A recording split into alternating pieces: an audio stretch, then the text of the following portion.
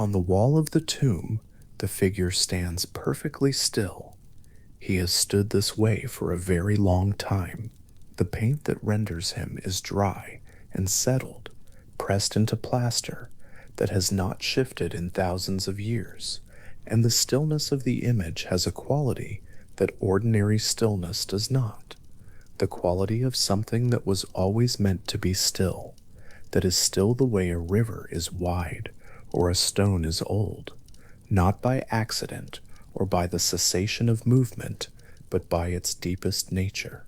The figure is upright, the body wrapped from ankle to shoulder in white linen so tightly bound that the individual limbs are barely distinguishable beneath it. The cloth folded and overlapping in a way that suggests not constraint, but completion, as though the wrapping were a final and necessary layer, the outermost form of something that has been gathered into itself. Across his chest, two objects rest in the crossed position of those who hold authority over life and growing things. One is the crook, a curved staff that hooks at the top, the implement of the shepherd, who guides what wanders. The other is the flail, three beaded strands suspended from a short handle, the instrument of the thresher. They cast two thin shadows across the white linen, shadows so slight and precise that the torchlight or the morning light that fell across them when the painter was still alive must have been very even and very clean. His face is green, not the green of sickness or decay, but the green of the first shoot pushing up through dark soil in the cool weeks after the inundation has passed, the specific, concentrated green of something new and living breaking into the air. The pigment has kept itself well. After everything that has passed above this chamber, the paint holds its color with a composure that seems deliberate, as though the green were not merely descriptive, but declarative, as though it were the point the whole image had been assembled to make. The face beneath the color is calm, not the calm of sleep, not the calm of effort held in check, but the calm of a thing that has passed through whatever needed to be passed through and arrived at the other side of it, composed and permanent and settled in its particular authority. Two thin shadows, white linen, a green face serene above the wrappings. This is Osiris. This is what he looked like, or what the Egyptians understood it to mean, to make him visible, which in the context of Egyptian sacred art amounts to the same thing. The image on the wall is not a portrait of a god who happened to have green skin. It is a careful theological statement, rendered in paint and plaster, a set of meanings made visible through the specific grammar of a tradition that thought deeply about what images were for and what they could do. To look at the figure of Osiris on a tomb wall is to read a text composed in a visual language with its own grammar, its own precision, its own exact claims about the nature of things. What that language says in the image of this upright, green-faced, linen-wrapped figure holding the crook and flail in the stillness of an Egyptian burial chamber is something that took the civilization that produced it thousands of years to fully elaborate. He belonged to the Ennead of Heliopolis, the 9 principal deities of Egypt's great theological center, located near what is now Cairo, at the apex of the Nile Delta, where the river begins to spread and slow before its long approach to the sea.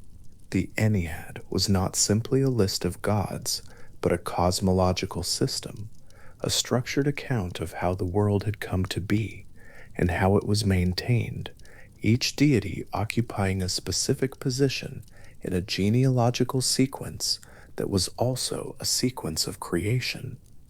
The creator god Atum stood at the beginning. From Atum came the gods of air and moisture. From those came the gods of earth and sky. And from the earth and the sky, from Geb and Nut, from the ground and the vault above it, came Osiris, third generation of a divine family, whose relationships encoded nothing less than the structure of the world. To be the grandson of a creator was to carry in one's nature a specific kind of originary weight, the weight of things that derive directly and without interruption from the first act of making. Osiris held that position in the order of things. He was not a latecomer, not a deity who had accumulated importance gradually from small local beginnings. He stood in the architecture of Egyptian theology, at a position that carried the full force of that architecture behind it. The Ennead gave Osiris a place in the structure of things, but the place most ordinary Egyptians would have felt most immediately, most practically, most in the texture of their daily lives, was his position as a god of fertility and the growing of grain. In a civilization built almost entirely on the agriculture made possible by the annual flooding of a single great river, the god associated with grain and green growth and the productive cycle of planting and harvest was not a minor or peripheral figure. He was among the most necessary imaginable. The farmers who planted their emmer wheat in the black silt after the flood receded were working in a landscape that the tradition held to be, in some sense, the body of the god.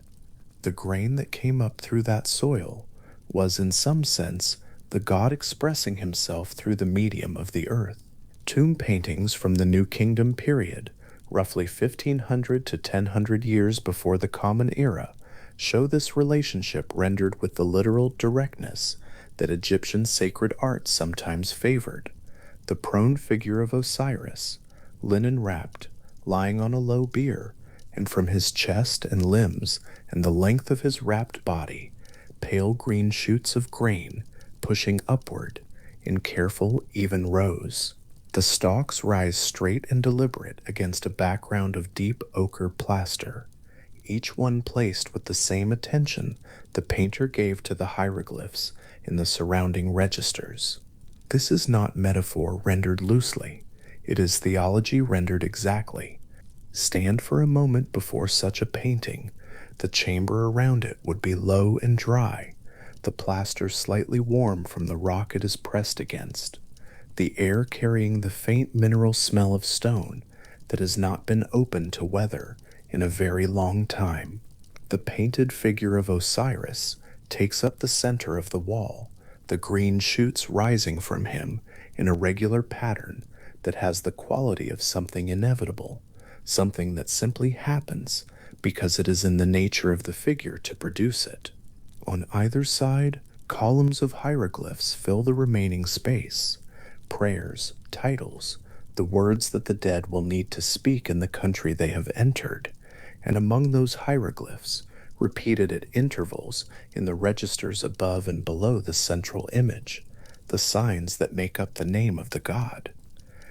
The eye, the throne, the seated figure, each sign cut into the plaster or brushed onto it with a care that accumulates across the wall into something that feels less like decoration and more like attention, less like art and more like a form of witness, a way of keeping the world correctly ordered by seeing it correctly named. The grain that rises from his body, the ochre plaster behind it, the dry mineral air of a chamber that has been holding these images patient and still through more time than any single mind can comfortably contain.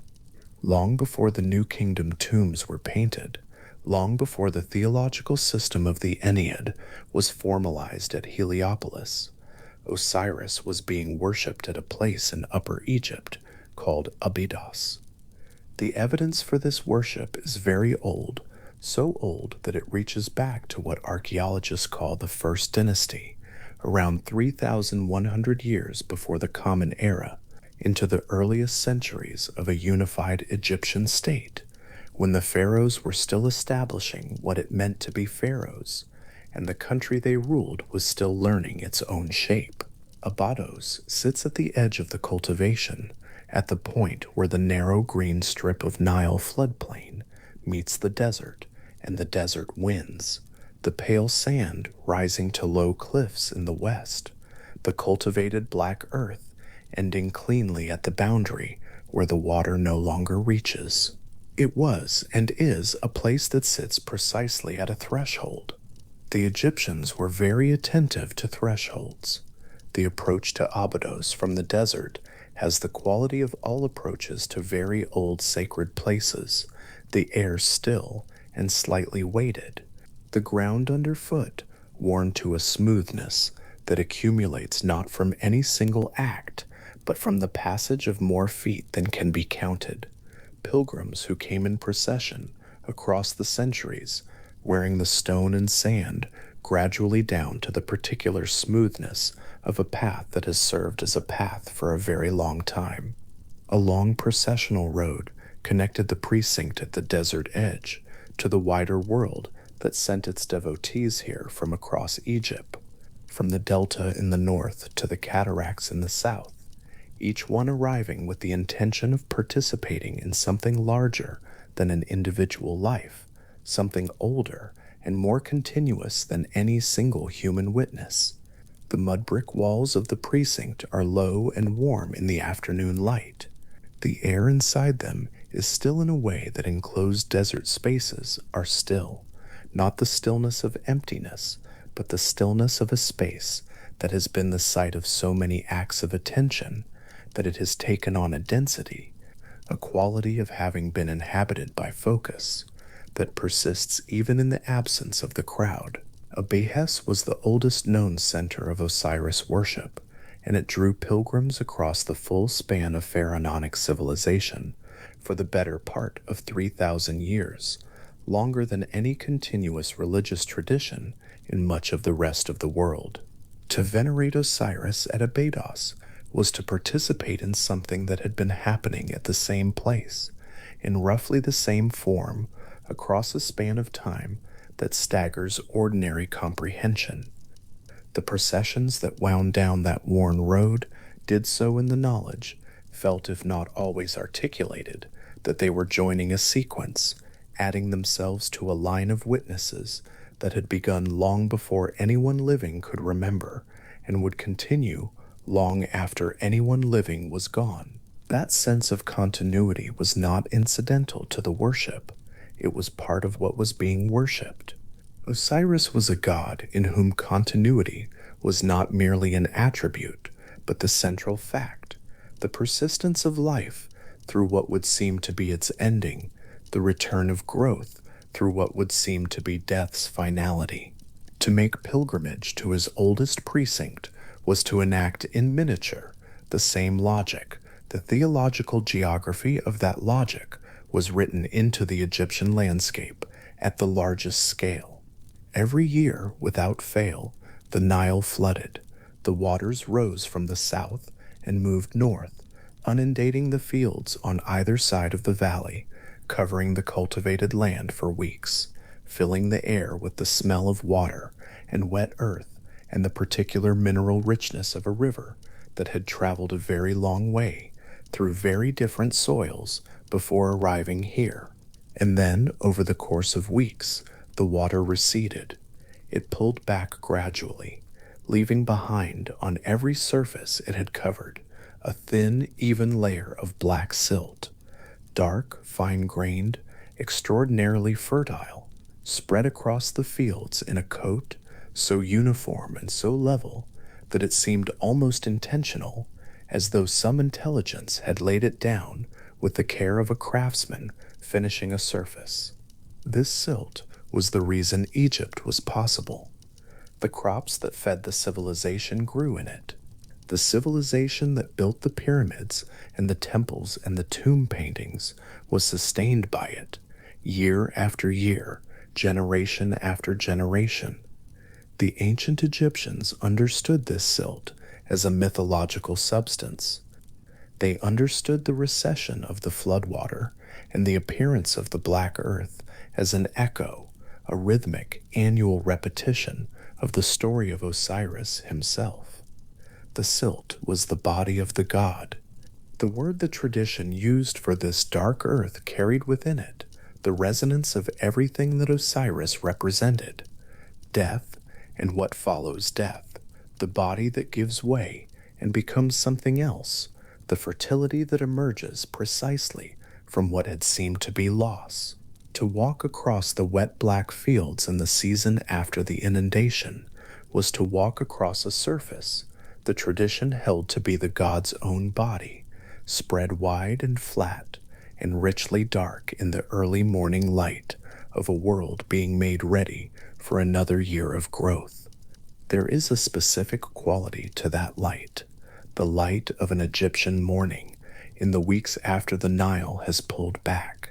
It arrives at a low angle from the east and falls across the wet silt at a glancing touch, not penetrating, but resting on the surface, catching the moisture that is not yet evaporated and returning it as a dull, dark sheen, a reflectiveness that is not quite the mirror quality of water, but something less defined and more intimate, a surface that absorbs light slightly and gives it back changed.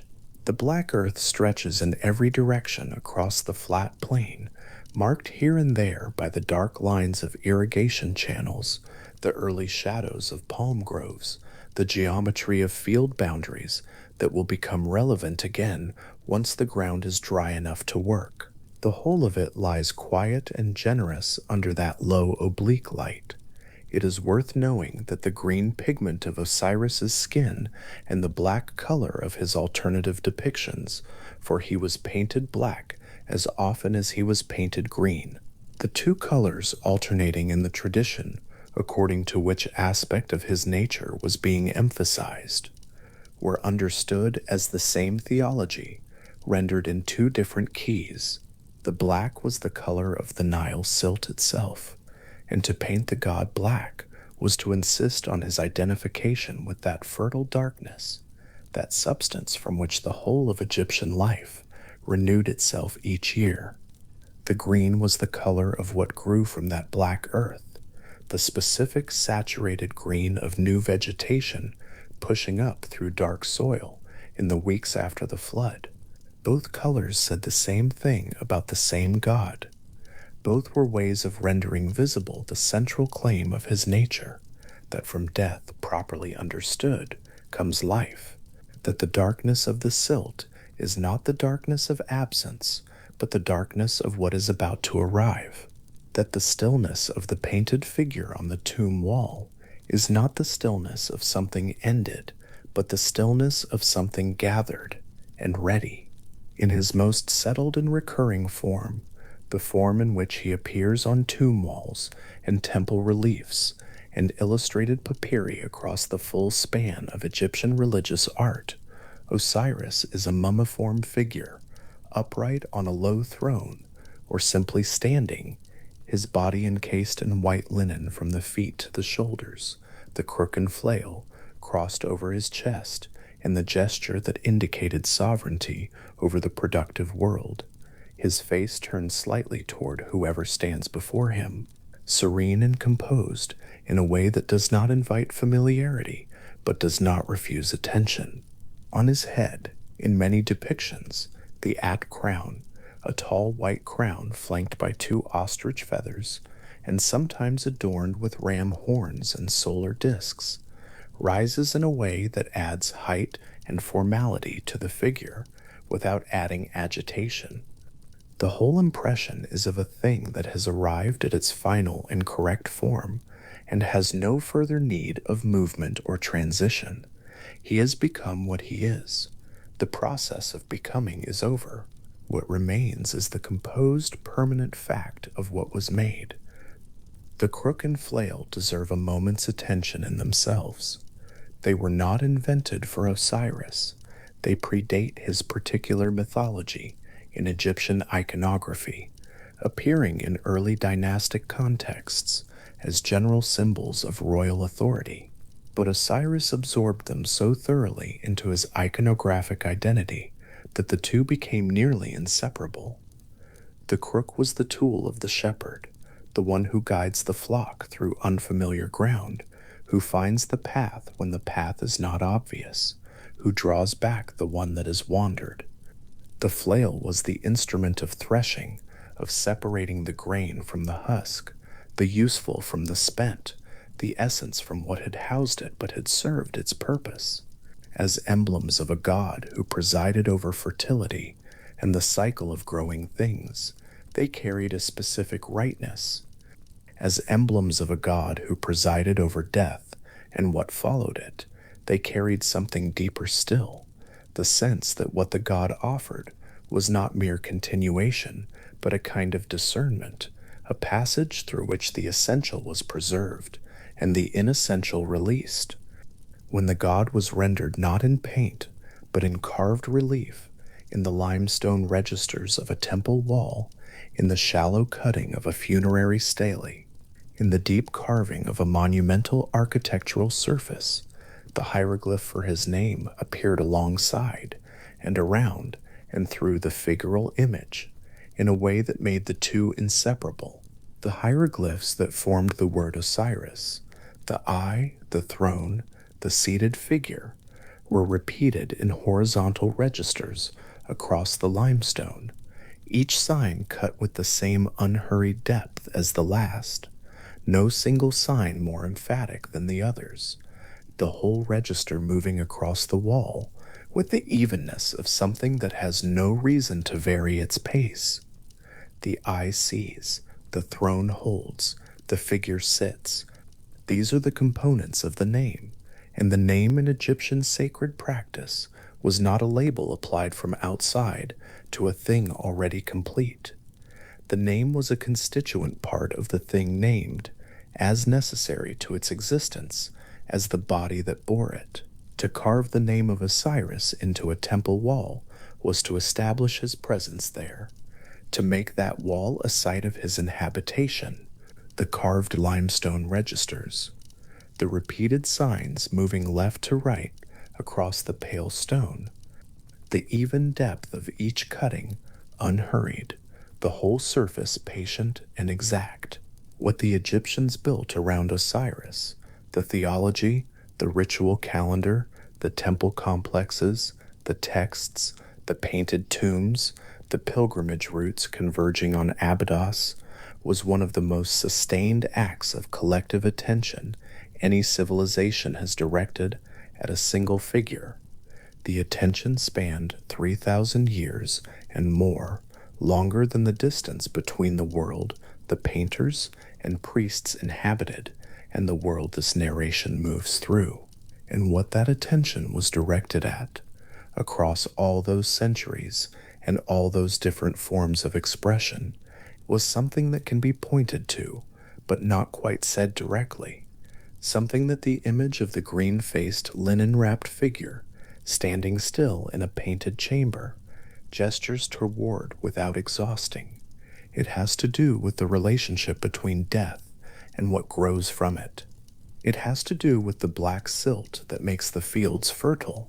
It has to do with the green shoot that rises from the bound chest of a figure lying on a tomb wall, the stalks even and patient in their rows, the color of them set against the ochre plaster and holding, still holding, after thousands of years of dry air and stillness, and the slow passage of time through the sealed dark. The mummiform figure holds his crook and flail. His face is the green of young growth. He has been standing in exactly this position since before the oldest cities in the world were built, and he shows no sign of intending to move, because movement is not what the posture means. The posture means something else, something that has to do with gathering, with containment, with the quiet authority of a thing that has found its form and inhabits it completely. The image holds, the dry air of the chamber holds it. Time moves past it without disturbing anything. In the older texts, the pyramid texts carved into the antechambers and sarcophagus chambers of 5th and 6th dynasty pyramids at Saqqara, the oldest substantial body of Egyptian religious writing that survives, inscribed sometime around 2,400 years before the Common Era, Osiris appears already in his settled authoritative role, already fully established in the Egyptian theological imagination, which suggests that his emergence into this fully elaborated form was earlier still, that by the time these texts were being cut into stone, he had been a presence in Egyptian religious life, long enough to arrive at the texts in finished form rather than still under construction. The pyramid texts are prayers and incantations designed to ensure the safe passage of a deceased pharaoh into the divine realm, and Osiris moves through them as a given, as a figure whose nature and authority and position in the structure of things did not need to be explained to the priests who composed these texts or the craftsmen who cut them, because all of those things were already known. The pyramid texts are very old, and the religion they articulate is older still, and the god at the center of much of what they say has been sitting in his painted posture on tomb walls and temple reliefs across the whole length of the time between their first inscription and the present moment. The crook and the flail have not shifted. The green face has not changed its expression. The white linen remains wrapped exactly as it was wrapped. The tradition says that every year, in the weeks when the Nile flood pulled back from the fields and the black silt lay wet and glistening across the plain in the early morning light, the body of the god was visible in the landscape. The silt was him. The earth that was about to receive the seed and send up the grain was his body, spread wide and dark, and ready across the whole of the cultivated world. A farmer walking out across that wet black ground in the cool of a morning before the planting season had properly begun, moving through an air that smelled of river water and rich earth and the specific mineral abundance that makes the Nile Valley what it is, would have understood herself to be walking across something that was more than soil, that was a surface in which the divine and the agricultural were not separate categories, but aspects of a single continuous reality. The black silt catching the early light, the surface wet and dark and slightly reflective, giving back the light changed and muted, a dull and patient sheen that extends as far as the cultivated land reaches. The cultivated land in the Egypt of those centuries was not wide. The valley that the Nile moved through was narrow, in some places only a few kilometers of workable soil between the desert cliffs on either side, and from any slight elevation the whole of it could be seen at once. The green strip of irrigated fields with the pale desert pressing hard against it on both sides, the river itself moving through the center of that green in its slow, deliberate way. But narrow as the valley was, it was very long, running from the first cataract near Aswan in the south for more than 700 kilometers to the sea. And across the whole of that length, every year, the black silt arrived and lay flat and even in the morning light, waiting. This was the landscape in which Osiris was worshipped. This was the specific material reality, the river, the flood, the silt, the grain, the dry desert pressing at the edge of the cultivation, that his theology was built to hold and make meaningful.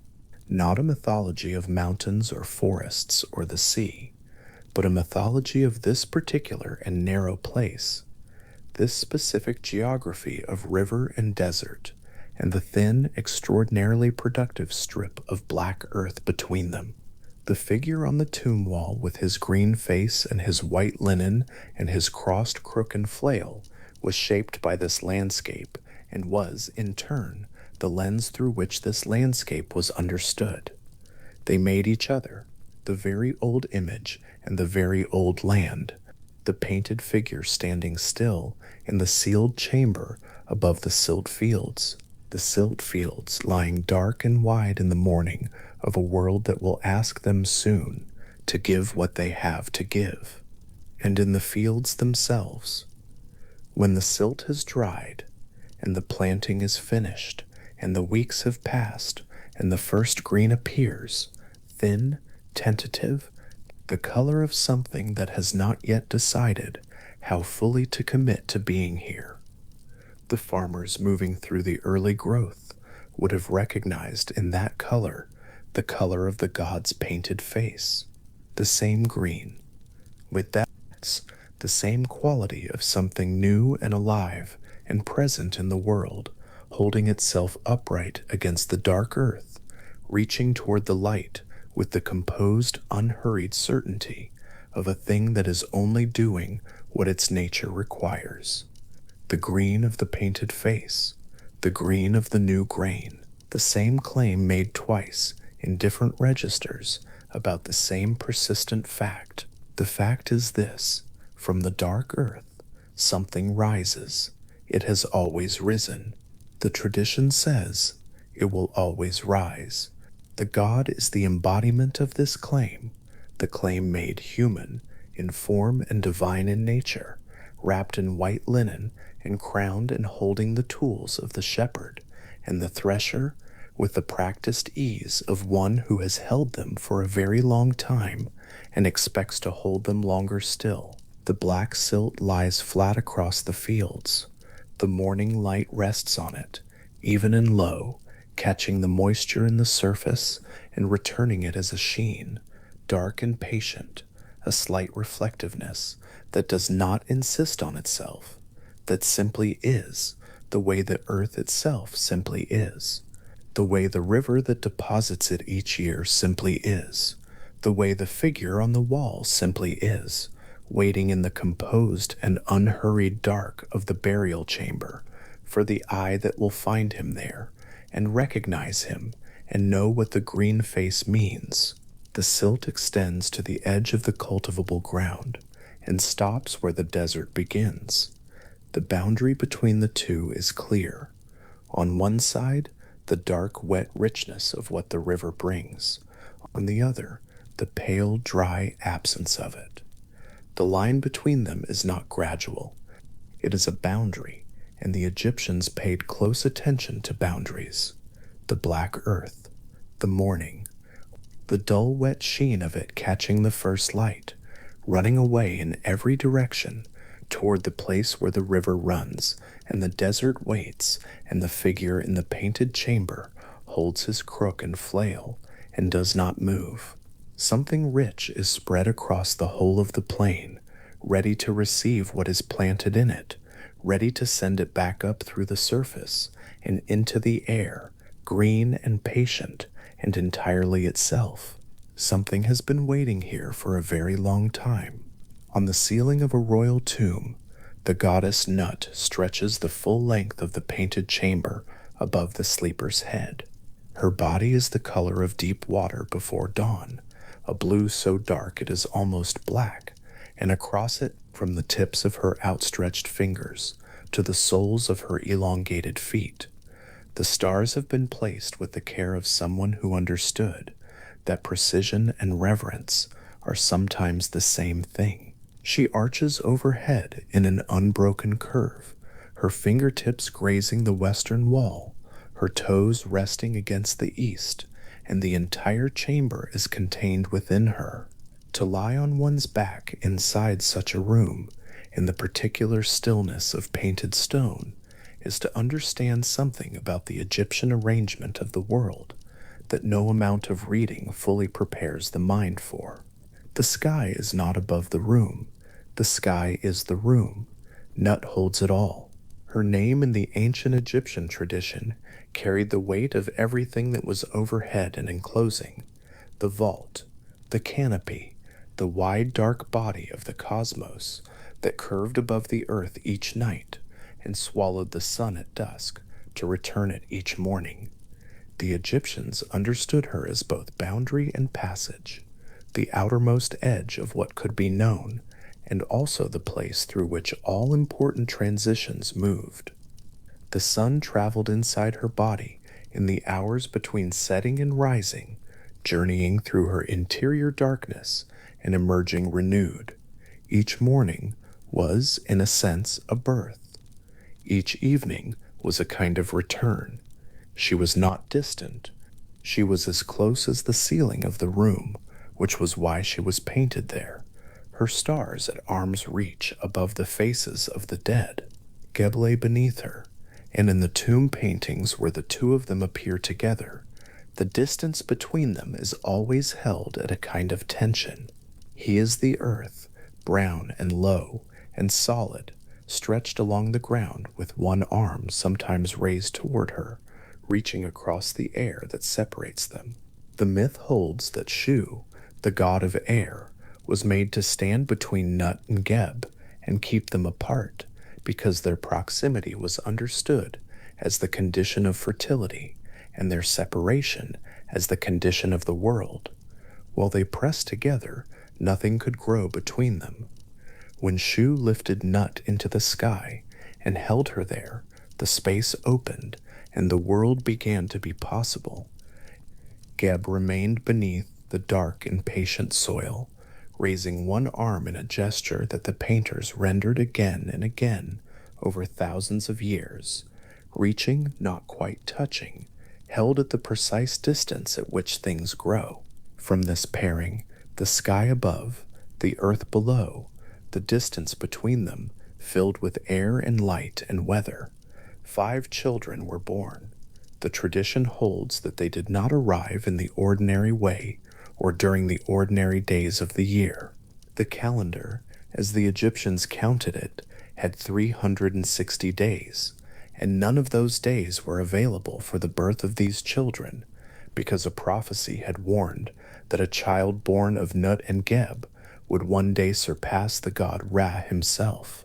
Ra, understanding the stakes of the prophecy, had forbidden Nut to give birth on any day of any year. The goddess Nut found herself enclosed in time as she was enclosed in space, surrounded on all sides by a prohibition that seemed to leave no opening. It was Thoth who found the way through. Thoth, the ibis-headed god of writing, reckoning, and wisdom, went to the moon and won from it 5 additional days, days that existed outside the official calendar and therefore outside the terms of Ra's prohibition. These intercalary days, the 5 added at the end of the year to correct the count, became the days on which Nut's children were born. One child arrived on each of the 5 extra days, and among them, on the first of those days, was Osiris. The tradition holds that at his birth, a voice rang out across the land, announcing that the Lord of all things had entered the world. Whether that voice was understood as literal, or as the larger kind of metaphor a myth sometimes reaches for, the announcement was noted. Something had arrived. Something was beginning. The 4 siblings who followed Osiris into those intercalary days were Horus the Elder, Set, Isis, and Nephthys, born in that order across the 5 liminal days.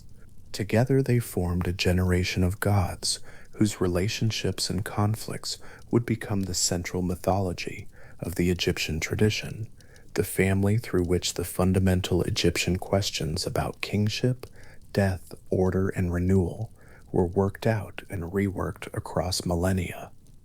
Their stories were not told once and fixed. They accumulated, shifted, branched into variants, found new theological meaning as the centuries moved through different dynasties and different theological centers. But the family itself, the 5 children of Nut and Geb, remained the constant. The names stayed, the relationships stayed. What those relationships meant was something each generation of Egyptians, in some sense, renegotiated. Osiris took the throne of Egypt and ruled it as the first king, the model against which all subsequent kings measured themselves. The tradition does not elaborate a long reign in the way some mythologies narrate the deeds of divine rulers. There is no sequence of great campaigns, no catalogue of monsters overcome or cities founded. His kingship was understood more as a state of being than a series of events, a condition of rightness that preceded and enabled everything else. He was the throne as much as he sat upon it. He was the continuity that made succession possible. Egyptian theology would later work this understanding into the coronation rites of every pharaoh. Each new king understood as the living Horus, taking the role of his divine father, and the dead pharaoh becoming Osiris in the land of the dead. The chain was unbroken because the pattern had been set before history began. Isis stood beside him in this, and her standing was not merely positional. Her name in the ancient Egyptian language means throne. The hieroglyph that represents her is the image of a throne platform, the solid raised seat from which kingship is exercised. And this etymology is not incidental. It encodes in the very sound of her name the theological claim her tradition was making about her. Royal legitimacy did not reside only in the king, it resided in her. Without her presence, beside the throne or embodied in it, the king was not fully king. The queen who stood beside the pharaoh was, in a formal theological sense, understood as Isis, just as the pharaoh was understood as Horus. The myth was not separate from the political order. It was the structure the political order was built inside. On the temple columns and the tomb walls where she appears, Isis is shown with the throne-shaped crown rising from the top of her head, a solid three-dimensional object rendered in limestone or painted in gold, clean-edged and upright, with none of the organic elaboration that distinguishes the crowns of some other deities. It is a piece of furniture worn as a headdress. The solidity of it, the functional plainness of a seat made to hold weight, communicates something that a more elaborate crown might obscure. She is not the decoration on the throne. She is the throne. She carries its shape on her head as a statement about where power comes from and what it requires to persist. Later theological tradition would add to her iconography the solar disk flanked by cow horns, the wings that spread across the sides of sarcophagi, but in her most essential form, she is the woman with the piece of furniture on her head, and that image says what the tradition needed to say. Set occupied a more complicated position among the 5 siblings, and the Egyptian tradition's treatment of him across its long history reflects a genuine theological ambivalence that never fully resolved into simplicity. He was the god of chaos, of the desert, of storms and foreign places, and the violent energy that disrupted the established order. His iconographic form featured an animal head that ancient Egyptians apparently recognized, but that no scholar has definitively identified. Long rectangular ears rising straight from the skull, a narrow curved snout, a posture that suggests readiness, alertness, the poised quality of something that has not yet decided what it will do. He was not simply a villain in the Egyptian religious imagination. The tradition was more honest than that. In the Ramesside period, roughly the era of Ramesses the Great and his dynasty, spanning several centuries of the New Kingdom, Set was actively venerated as a powerful protective deity. Pharaohs bore names that honored him. Soldiers prayed to him before battle. The god who would become Osiris's murderer in the myth was also the god who stood at the prow of Ra's solar bark each night and fought off the great serpent Apophis, the chaos creature that threatened to devour the sun and end the cosmos. Without Set's violent power in the service of that daily defense, the sun would not rise. The world needed what he was, even when what he was caused damage that the world could not easily absorb. The tradition held both of these things simultaneously, which is one reason the myth of Osiris's murder carries a complexity that simpler villain narratives do not reach. His wife Nephthys was the twin of Isis, and she occupied the 4th position among the 5 siblings, born on the 4th of those 5 intercalary days. The pairing of Isis and Nephthys runs through the Egyptian funerary tradition as a constant structural feature. The 2 sisters are depicted together on the sides of sarcophagi from the Middle Kingdom onward, one at the head and one at the foot, their arms raised with palms outward and slightly angled, a gesture that reads as both enclosure and protection. Whatever lies inside the coffin between them is in some sense held. The paired images of the two sisters appear so consistently across so many centuries and so many burial contexts that they became almost a visual grammar of Egyptian mortuary art, their presence on a coffin communicating protection the way the Ankh communicates life, through accumulated repetition until the symbol becomes the meaning. Nephthys's relationship to the myth of Osiris was complicated in ways that the tradition acknowledged rather than erased. She was Set's wife and therefore stood, by the logic of family structure, in the camp of the figure who would bring destruction to the family she also served. Some versions of the tradition hold that Nephthys had, at some point before the central events of the myth, disguised herself as Isis and conceived a child with Osiris, a child who, depending on the version, became the jackal-headed god Anubis. The tradition does not present this episode with much elaboration. It sits within the broader story as a detail that complicates easy alignment, that prevents Nephthys from being assigned cleanly to one side of the story's central opposition. She was Set's wife. She helped Isis. She was Isis's twin. She may have borne Osiris's child.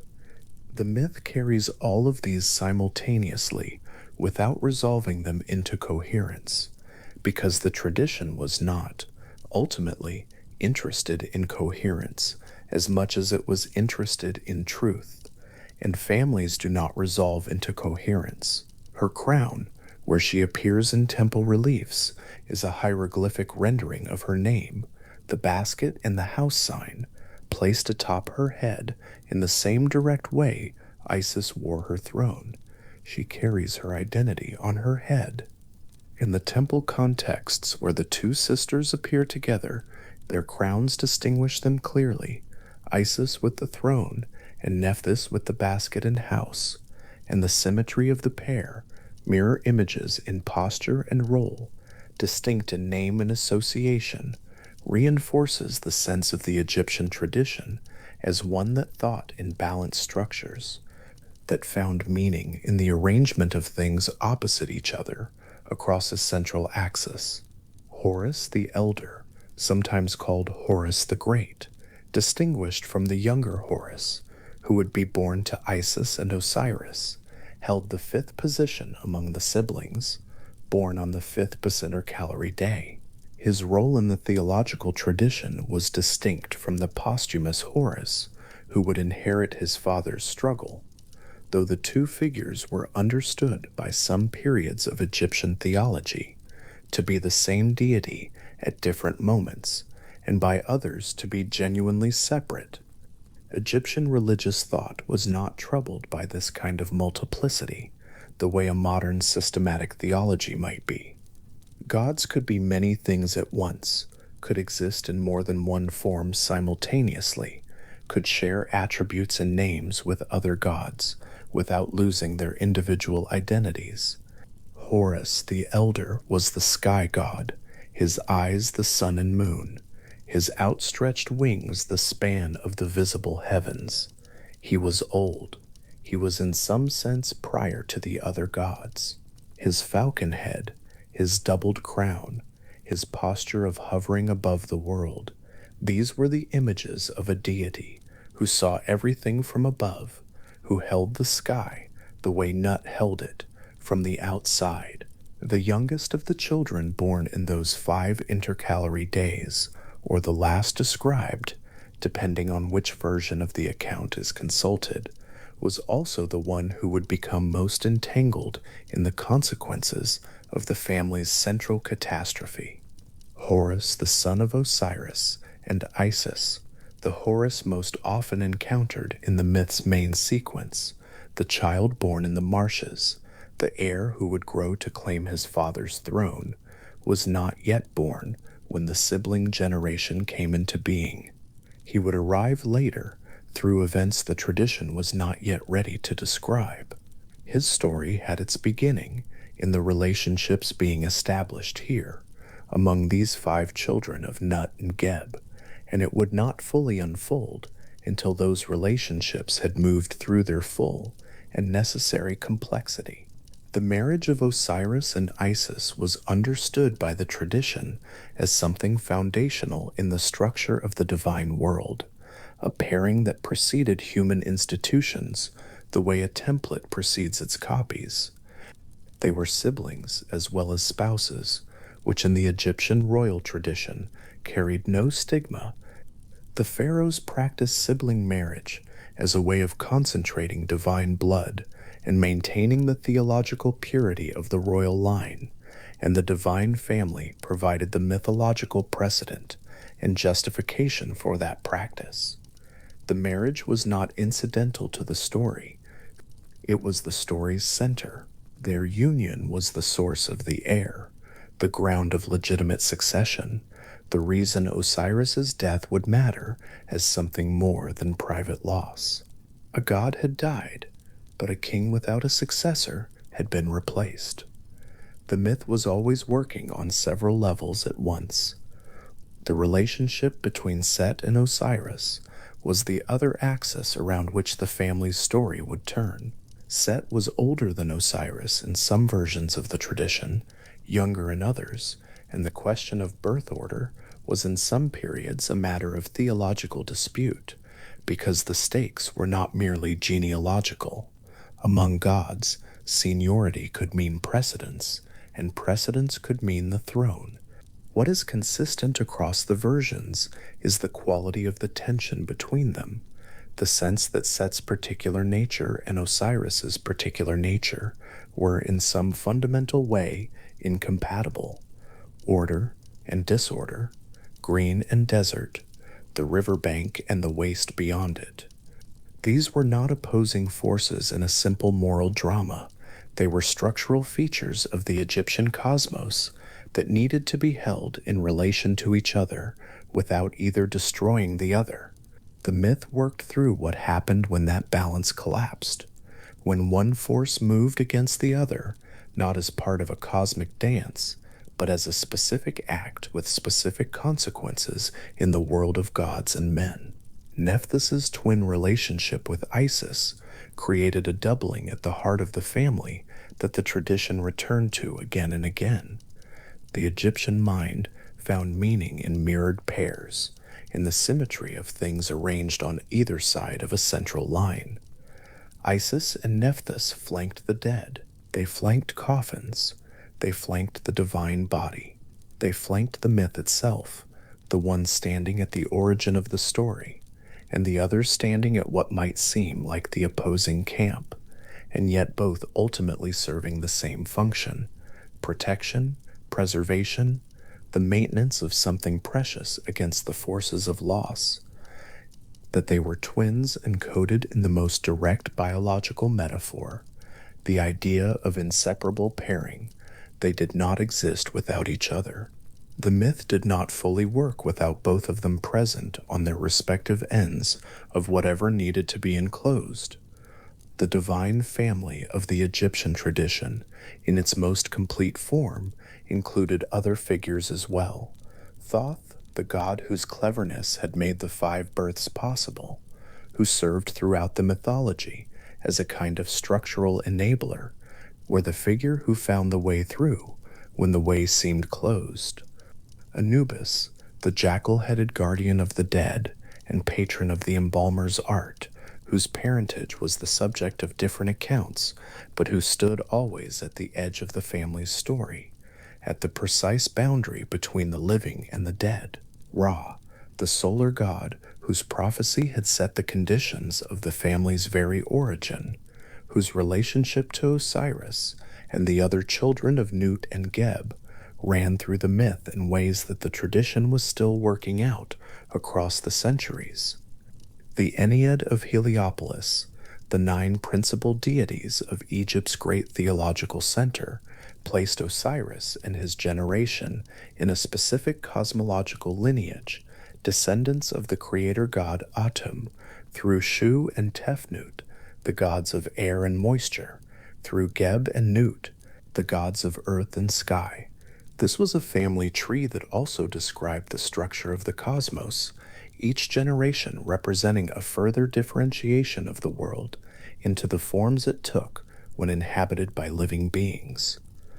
The 9 gods of the Ennead were not the only divine beings in the Egyptian tradition, which recognized hundreds of deities across its long history, but they occupied a particular structural importance as the family through which the central questions of Egyptian theology were worked out. Creation, kingship, death, resurrection, the relationship between order and chaos. These were not separate topics that different myths addressed in isolation.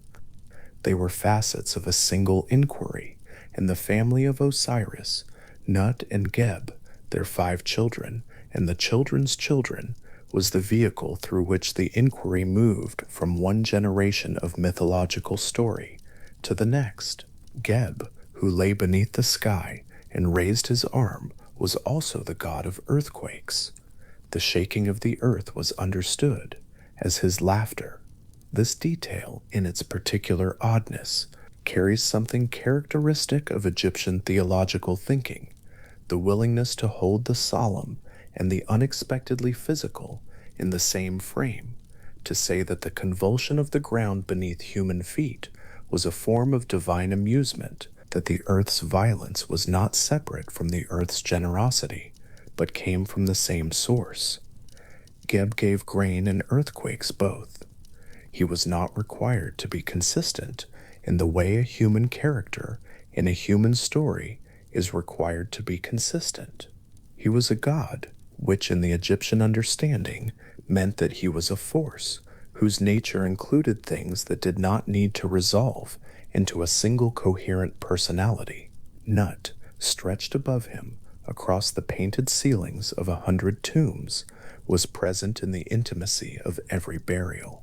She was not remote. She was present at the moment of death in the same way she was present at the moment of birth, as the enclosing boundary, the body that held what was inside it. Egyptian coffins were sometimes described as the body of Nut, the deceased lying inside the goddess, as though returned to an original state, before differentiation, before the space that Shu held open between earth and sky made life in its particular earthly form possible.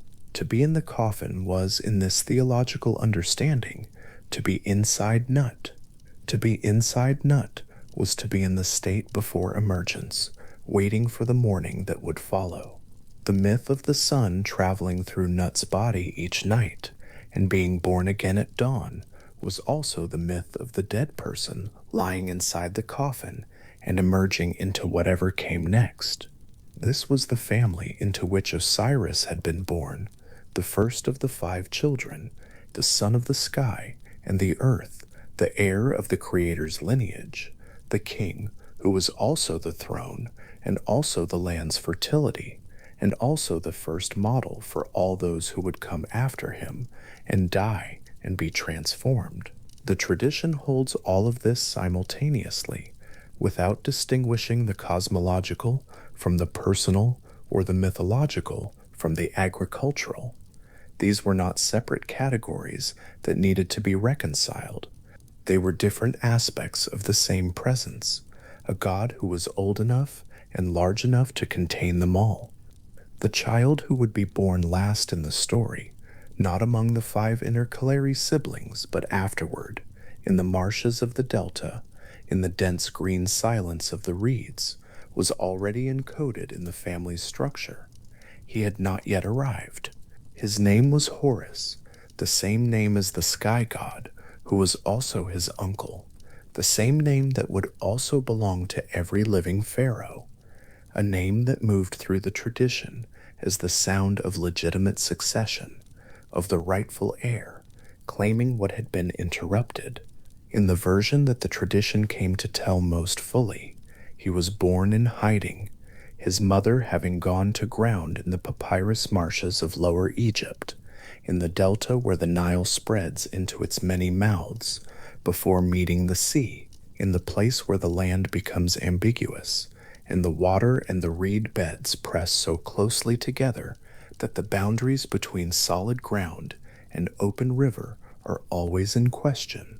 The papyrus marshes of the delta at dawn have a particular quality that painters and relief carvers tried to capture in the narrow registers of Egyptian tomb art. The reeds so dense that the individual stalks disappear into a wall of green, the water between them dark and completely still, untroubled by any wind that the reed bed blocks before it can reach the surface.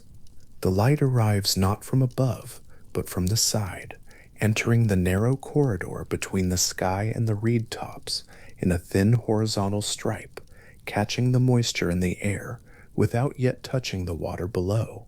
Inside that green enclosure, invisible from outside, hidden from the directions of the desert and the cultivated field alike, a child was being kept safe from what wanted to find him. The reeds pressed in on all sides. The water held still. The light came in its stripe above the tops of the tallest stalks. Whatever was concealed inside that density was held in something very like the curved body of Newt, surrounded, protected, enclosed within a boundary that marked the difference between inside and outside with the absolute clarity of a painted ceiling separating the tomb chamber from the rock above it.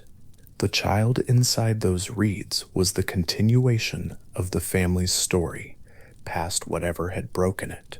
He was the answer the myth had prepared before the question had fully arrived. He was the reason the family's structure mattered, not as genealogy, not as mythology's version of a family tree, but as the framework inside which the deepest Egyptian understanding of what kingship was, and what death meant, and what resurrection required could be fully worked through. He was small, he was hidden, the reeds pressed close, and the water was dark between them, and the light came in above, and the marsh was very quiet and very vast around that one specific place of concealment. Something was being held there, patiently, in the green and patient dark, waiting for the story to reach the moment when it could emerge. The chest was beautiful.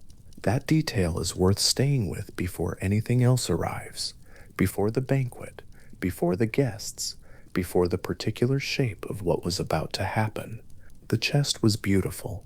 Plutarch, writing his account of the Osiris myth in the 1st century of the Common Era, makes a point of this.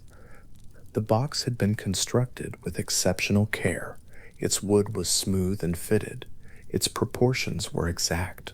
Set in a lamplit room, among other objects of quality and refinement, it might have drawn the eye simply because of what it was, the kind of thing a craftsman makes when they have been given both the materials and the time to do the work properly. The kind of object that holds your attention for a moment before you understand why. The interior dimensions of that chest were the precise measurements of one living man. That precision was not incidental. It was the entire point.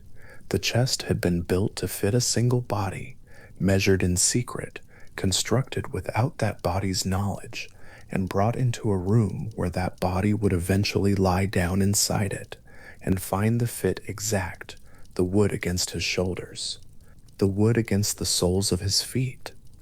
The chest was not a weapon in any visible sense. It had no blades, no mechanism, no indication of what it was for. It looked like an extraordinary gift. It looked like furniture. It looked like exactly the kind of thing that would be presented with ceremony at a formal banquet by a generous host who wanted the evening to be remembered. Set had arranged everything with considerable attention. The gathering Plutarch describes was lavish, as such things were in the tradition's imagination of divine hospitality, a feast at which the god of chaos and the desert had gathered around him 72 companions, each of them complicit in what was being prepared, each of them present in the lamplit space where the chest sat waiting. The number 72 has drawn the attention of scholars who have worked on this myth across the centuries. Some have traced a connection to astronomical cycles, the 72 days during which a star disappears below the horizon before rising again, a cosmic rhythm built into the reckoning of the Egyptian sky. Whether that connection was deliberate or whether it settled into the tradition's retelling over long stretches of time is not entirely clear.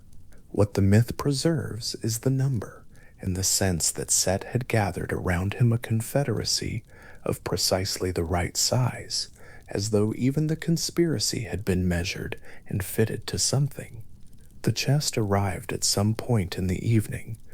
Plutarch describes Set presenting it as a gift, an extraordinary object, something worth marveling at, and then the offer: whoever fit inside the chest most precisely, whoever lay down in it and found it matched them exactly from crown to heel, would receive it as their own. One reading of this moment holds that the offer was plausible enough, at least in the brief time before anyone had tried it, to seem like an unusual game rather than a trap. Others among the company lay down in it and found it not quite right, too long or too short, or not quite broad enough across the shoulders. Each time the fit was close but not perfect, and each time the chest was vacated and the next guest invited to try. The account in Plutarch is measured and unhurried in its movement through this sequence, and that measured quality is part of what makes the chest such an effective image inside the myth.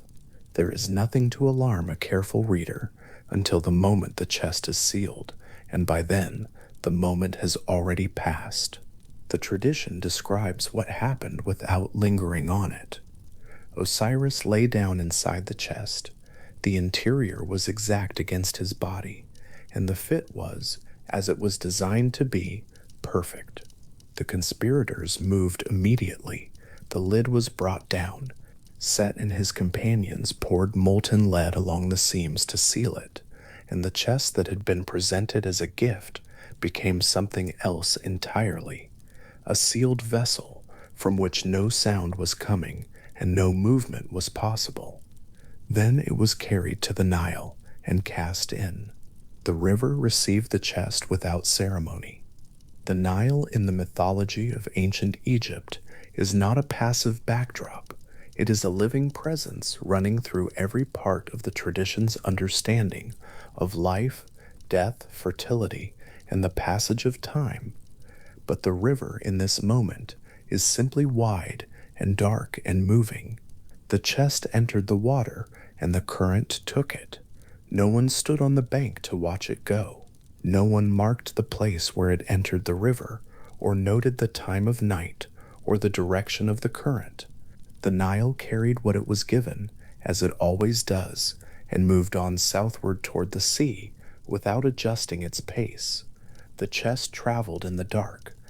Above it, the Egyptian night sky held its full inventory of stars, the same stars that Egyptian priests tracked and named and built their calendars around, the same stars that wheeled over the length of the Nile Valley with a regularity that Egyptian theology found meaningful and legible. The stars reflected on the water to either side of the floating chest in slow, undisturbed arcs. The river surface dark and wide around the single moving object at its center. There was no one to see it. The chest moved where the current carried it, turning slightly with the water's own tendencies, passing the dark shoreline of cultivated land and then the paler emptiness of the desert beyond. It moved north.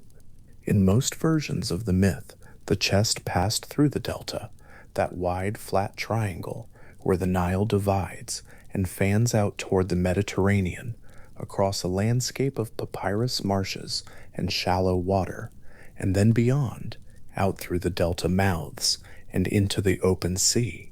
The sea received it as the river had, without ceremony, and the chest continued moving. Ocean currents, which Egyptian geography would have understood as continuous with the great body of water surrounding the known world, carried the chest westward and then northward along the Phoenician coast through waters that were not Egyptian, but that nevertheless held the same darkness and the same indifference to the contents of what they carried. The coast at Byblos came into view at some point in this passage, a Phoenician city whose harbor would have smelled, to anyone standing at the waterfront, of cedar resin and salt and the particular mixture of wood and sea air that characterizes Mediterranean port cities in the early morning. Byblos was old even in Plutarch's time, a city with its own long history of commerce and culture and its own relationships with the Egyptian tradition, the Egyptian word for the papyrus roll. The Byblos is connected to this city's name because papyrus scrolls were traded through its harbor in sufficient quantities that the Greeks named the writing material after the place where they obtained it. The city stands near the Lebanese coast, its limestone and cedar structures rising above a harbor that was, for much of the ancient Mediterranean world, a point of passage for things moving between Egypt and the wider world. The chest came ashore at Byblos. The tradition does not record precisely how, whether it was carried in by the tide or beached by a storm, or simply came to rest at the edge of the water where the sea retreated. What the myth holds is that a tamarisk tree grew up around it. This detail is one of the genuinely unusual features of the Plutarch account, and it has drawn attention from scholars trying to understand what the image means inside the architecture of the myth. The tamarisk is a tree native to the region, a tall, slender tree with feathery, pale foliage that grows readily near water and in sandy soil, often reaching considerable height over many years. The tradition describes this particular tamarisk growing up around the chest with unusual speed, enclosing it within the trunk as the tree expanded outward and upward until the chest and its contents were entirely surrounded by living wood, held within the tree's grain and wrapped in its bark. The trunk grew broad, the bark grew smooth. The tree stood tall and fragrant. Tamarisk wood has a resinous quality, a particular smell that the heat draws out of the bark, and somewhere inside the grain of it, invisible to anyone looking at the tree from outside, the chest rested in its sealed interior. The king of Byblos had the tree cut down. This is where the myth's geometry becomes, in a quiet way, remarkable. The king saw the tree, he appreciated its size, its quality, its timber. He had it felled and brought into his palace and shaped into a pillar. The pillar was set in place in the palace interior, presumably in a hall of some importance, and it stood there bearing weight, doing the work of a column, holding up the structure above it, while inside its wood, sealed in lead, the chest rested in the dark, and inside the chest Osiris. The palace of the king of Byblos was being supported by a column that contained a god. The court went about its ordinary business, in a space held up by something it did not know was there. This quality of hiddenness, of the most important thing being the least visible, of the sacred being contained inside the ordinary, appears in many forms across different traditions, and in this particular myth it arrives quietly, without announcement. The pillar in the king's hall was not special, in any way anyone could see. It was simply a pillar. It was smooth and structural and unremarkable. The most it did, perhaps, was smell slightly of tamarisk resin in warm weather. Plutarch describes something else arriving at the palace in Byblos around this time. The servants of the queen came to a spring near the city to draw water, and there they encountered a woman who had come from somewhere else, who was not from Byblos, whose origins were uncertain, who sat at the edge of the spring with an expression that was quiet and inward, as though she were following something that could not be seen. The woman braided the hair of the servants before they returned to the palace. She did something else as well. In Plutarch's telling, she breathed upon them, or breathed through their hair, some exhalation of a quality that does not have a simple translation from the mythological into the ordinary. The servants returned to the palace, smelling of something unusual. The queen noticed. The woman at the spring was Isis.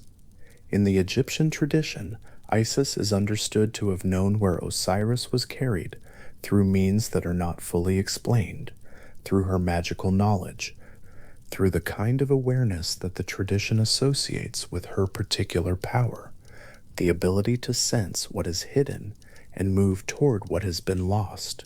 The tradition does not describe her searching the Nile Delta or walking its banks. What the myth holds is that she knew, in the way the tradition understands divine knowledge, not as information received from a source, but as a quality of attention that finds what it is oriented toward. She had made her way to Byblos. She was sitting at the spring near the palace of the king. After the encounter at the spring, the queen brought Isis into the palace. Plutarch describes her being given the position of nurse to the royal infant, a quiet domestic role in a foreign court, close to the center of the household, without being noticed in any particular way. Isis was there. She was inside the palace. She was in the same building as the pillar. Plutarch records that Isis, each night, placed the infant in a fire. This detail has the quality of many mythological images that resist simple explanation. The fire was not burning the child in the ordinary sense, but doing something else, something the tradition locates in the logic of ritual transformation rather than the logic of ordinary material. While the child burned without burning, Isis took the form of a swallow, the myth says, and flew around the pillar, crying out. The sound she made, the sound of a swallow circling a palace pillar in the dark of a foreign royal household, is the sound of grief and recognition together, the knowledge of where something is mixed with the understanding of what it means that it is there. The queen discovered what was happening with the infant. In Plutarch's account, she cried out when she saw the child in the flames, which broke the working that Isis was performing, and the child was lost to the immortality that had been within reach. Isis then revealed herself. The revelation had the quality such moments have in the tradition, not theatrical, but final. She was who she was. She was there for what she had come for. She asked for the pillar. The king gave it to her. This is worth noting as a feature of the myth's emotional architecture. When Isis made her request, the king of Byblos did not refuse. He gave her the pillar. The myth does not describe a struggle or a negotiation of any particular difficulty. The pillar was taken down, and the tamarisk wood was cut open, and inside it was the chest. Inside the chest, sealed with lead along every seam, was Osiris. Plutarch records that Isis embraced the chest and made a sound of such intensity that the youngest of the king's sons, who had followed to watch, died from it. This detail has the quality of a mythological consequence, grief of that magnitude, breaking into the open air after the contained and quiet passage through the palace, being more than an ordinary body could absorb.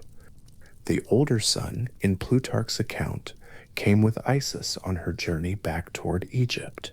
The detail is brief, and the son quickly disappears from the narrative, but his presence on the return voyage is there in the text, a small specific thing at the edge of a very large event. Isis opened the chest. The myth does not describe this moment in forensic detail, and that restraint is itself part of how the tradition handles what the chest contained. What had been sealed with molten lead along its seams at a banquet in Egypt, and then carried by the Nile to the sea, and then by the sea to Byblos, and then enclosed in a tamarisk tree, and then shaped into a pillar, and then standing for an unknown period of time in a palace hall. What all of that passage had done to the interior of the chest is not what the myth dwells on. What the tradition holds is that Osiris was inside, and that Isis found him, and that what came next was not in Byblos. She brought him home. The journey back is not described with the same detail as the journey out, which is perhaps as it should be. The chest had drifted with currents and tides, in the indifferent motion of rivers and seas, finding Byblos without intention or direction. The return had a different quality. It was carried, not drifted. Isis made her way back across the sea, and then across the delta, and then into Egypt proper, the chest in her keeping, moving south along the Nile. She brought the chest to a place in the delta marshes, in the dense papyrus growth where the water between the reed beds is dark and still, and the first light of morning arrives in a thin horizontal stripe above the reed tops.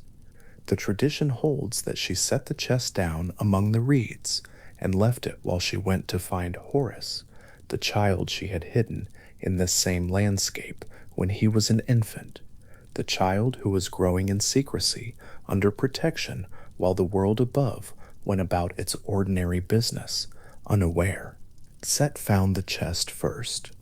The myth describes this with the brevity it deserves, an encounter that is, at this point in the tradition, an event already concluded before the listener fully registers that it has begun. Set was hunting in the delta marshes at night under a full moon, which is how Plutarch records the discovery. He was hunting by moonlight, and he found the chest. He recognized it, and he did what he did with the precision of someone who had thought carefully about what would happen if the first attempt failed, which is to say, he had thought about it and he had a method ready. He opened the chest and cut the body of Osiris into pieces. Plutarch records 14 fragments. Other sources within the Egyptian tradition record 16, and some enumerations reach as high as 42, a number that corresponds to the 42 administrative provinces of Egypt, a correspondence that may be deliberate, or may be one of those places where cosmology and geography fall accidentally into alignment. The tradition holds that Set scattered the pieces across the length of Egypt. He took what had been whole and made it multiple, took what had been gathered and spread it as widely as he could, took what Isis had found and distributed it across the entire landscape of the country she was standing in. The scale of this second act is what transforms the geography of Egypt in the myth's understanding of it. When a single thing is scattered across 40 or more locations, every location becomes significant. Every piece of ground where something landed became, in the tradition's telling, a sacred site, a place where the divine body had rested, where something from the god's person had entered the earth, where the land itself had received a portion of what had been dismembered. The myth did not leave Egypt unchanged. It remade the map. Scholars who have worked with the tradition of Osiris's dismemberment have noted the paradox that settles inside this sequence. Set intended destruction and produced, in the event, the sacralization of an entire country. The act meant to obliterate the god's presence, distributed that presence across every province. Every cult site that identified itself with one of Osiris's body parts was a place where Set had been, in some sense, and had left something behind, without intending to. The tradition does not make a great deal of this paradox explicitly. It simply records the sites and their associations, but the paradox is there in the structure of what happened, visible to anyone who follows the geography of the myth from one end of Egypt to the other. Isis began looking again.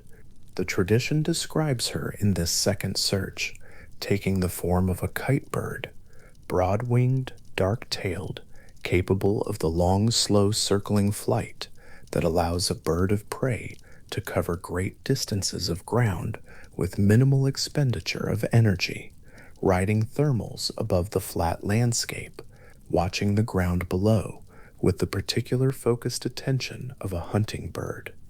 Nephthys joined her, the two sisters moving through the sky above Egypt, their avian forms quartering the ground, their shadows moving across the pale desert and the dark strip of cultivated land and the bright narrow mirror of the Nile. The kite's cry in the Egyptian landscape, a high carrying sound, became associated in the tradition with the sound of mourning, and the image of Isis and Nephthys circling over Osiris became the mythological foundation for the institution of professional mourning in Egyptian funerary practice. Women hired to weep at burials were in some sense performing a repetition of that original search. The cry of the mourner was the cry of the bird, was the cry of the sister, looking for the one who had been lost. They found what they found, piece by piece, location by location. The myth places specific body parts at specific sites across the country. Abydos in Upper Egypt, the oldest center of Osiris's veneration, a site where his worship is documented from the earliest dynasties of Egyptian history, was associated most prominently with the head. The island of Bigay, near Aswan in the far south, where the Nile narrows between granite outcrops and the water moves with the particular dark force of the first cataract, was associated in the tradition with the left leg. Memphis, the great administrative center of the northern country, was linked in some sources to the head or neck. Each association drew pilgrims. Each location had its own cult practice, its own ritual calendar, its own relationship with the myth that grounded its significance in the divine body's dispersal across the landscape. The geography of Egypt, in the tradition's understanding, was not simply a country through which the Nile ran and in which people lived. It was a body. It was the body of Osiris, in pieces, distributed with a precision that was not originally intentional, but that had been made meaningful by the searching that came after. To travel through Egypt was, in this framing, to travel through a map of what had happened, a landscape whose every sacred site was an answer to a specific loss, a specific fragment, a specific moment in the long search of two sisters circling over desert and cultivated land in the bodies of birds. The one piece Isis could not recover was the phallus. It had been thrown into the Nile. The river, which had carried the chest from Egypt to the sea, now held this one remaining fragment, and the tradition records that it had been consumed by a fish. Different ancient sources name the fish differently: the Oxyrhynchus in some accounts, the Phagris in others, the Lepidotus in others still. The taboo against eating these particular fish in certain regions of Egypt is attributed in ancient sources directly to this episode. The fish that had consumed the god's phallus was thereafter sacred or forbidden, depending on the region and the tradition, and the taboo persisted as a living practice observed by communities who may or may not have known exactly why the prohibition was in place, only that it was old and had not been questioned. To replace what could not be recovered, Isis made a substitute. Different sources describe different materials: gold in some accounts, clay or wax or wood in others. What the tradition holds consistently is that the substitute was fashioned by her hands and consecrated through ritual, integrated into the reassembled body through the same magical attention she brought to everything she did in this sequence. The loss was real. What the tradition describes is not the pretense that the loss had not happened, but a response to it, the making of something to stand in the place of what the river had taken, the insistence that incompleteness did not have to mean dissolution. The search came to an end. All the fragments that could be found were gathered. The work of finding, which had taken Isis and Nephthys across the entire length of the country, was complete in the sense that there was no more to find, only the accounting for what had gone to the river and staying, and the making of what would stand in its place. Isis brought what she had gathered to the place where the reassembly would happen. What came next belongs to a different movement of the myth, the part where the pieces become whole again and the god is returned to something, not to life as the living know it, but to something else, something the tradition understood as being in some ways more permanent than life. The long search through the scattered geography of Egypt had done its work. The kite birds had circled and descended and found what they were looking for, location by location, from the northernmost marshes of the delta to the dark water at the first cataract. The map of Egypt, with all its sacred sites and all its associations, would continue to hold what it had been given. That sacred geography did not disappear when the search ended. It remained. At Abydos in the early morning, the air was dry and still. The mud brick walls of the precinct enclosed a rectangular space that had been receiving pilgrims for generations, for centuries by the time Plutarch wrote his account. For millennia before that, the oldest Osiris sanctuary in Egypt, and perhaps the oldest continuously attended sacred site in the country. The low walls kept the desert air outside and the interior air inside, in a stillness that the heat of the day would eventually break, but that in the early morning held completely. The ground at the center of the precinct was unmarked in any way that would distinguish it from the ground outside the walls, except that it was this ground, and not any other, beneath which the tradition held the head of the god was resting. The site was still. The light on the mud brick was pale and even. Somewhere beneath the dry, warm earth, the myth continued to rest, neither diminished nor disturbed by the morning, neither troubled by the centuries that had passed since anyone had carried a pilgrim lamp along the processional road and placed an offering at the precinct's edge, nor particularly concerned with the centuries still to come, holding what it had been given with the particular patience of places that have been holding something for a very long time. The story was not finished here, but it paused. The search was over, the map was sacred, and the ground at Abydos lay quiet in the early light, knowing what it held. From a great height, if the eye could reach that far, the land of Egypt resolved itself into something simple. A narrow corridor of green pressed between two expanses of pale desert, the Nile threading through the center of it with the unhurried patience of something that had been moving in the same direction for longer than any person had been alive to watch it. On either side of that green corridor, the desert began almost immediately, not gradually, not with any long transition, but abruptly, the cultivated land ending and the pale dry waste beginning within the space of a single footstep. This was the country as the Egyptians themselves understood it. The black land and the red land, the fertile and the barren, held against each other without any buffer. From high enough above, the whole of it could be taken in at once, the river, the fields, the desert pressing in from east and west, and it was across this entire length, across every part of that narrow green corridor, and the pale land that bordered it, that the search would eventually move. The story holds that Isis had returned the body of Osiris to Egypt. The chest had been recovered, the journey from Byblos completed, and for a time the body had been brought back to the country where the god had been born and ruled.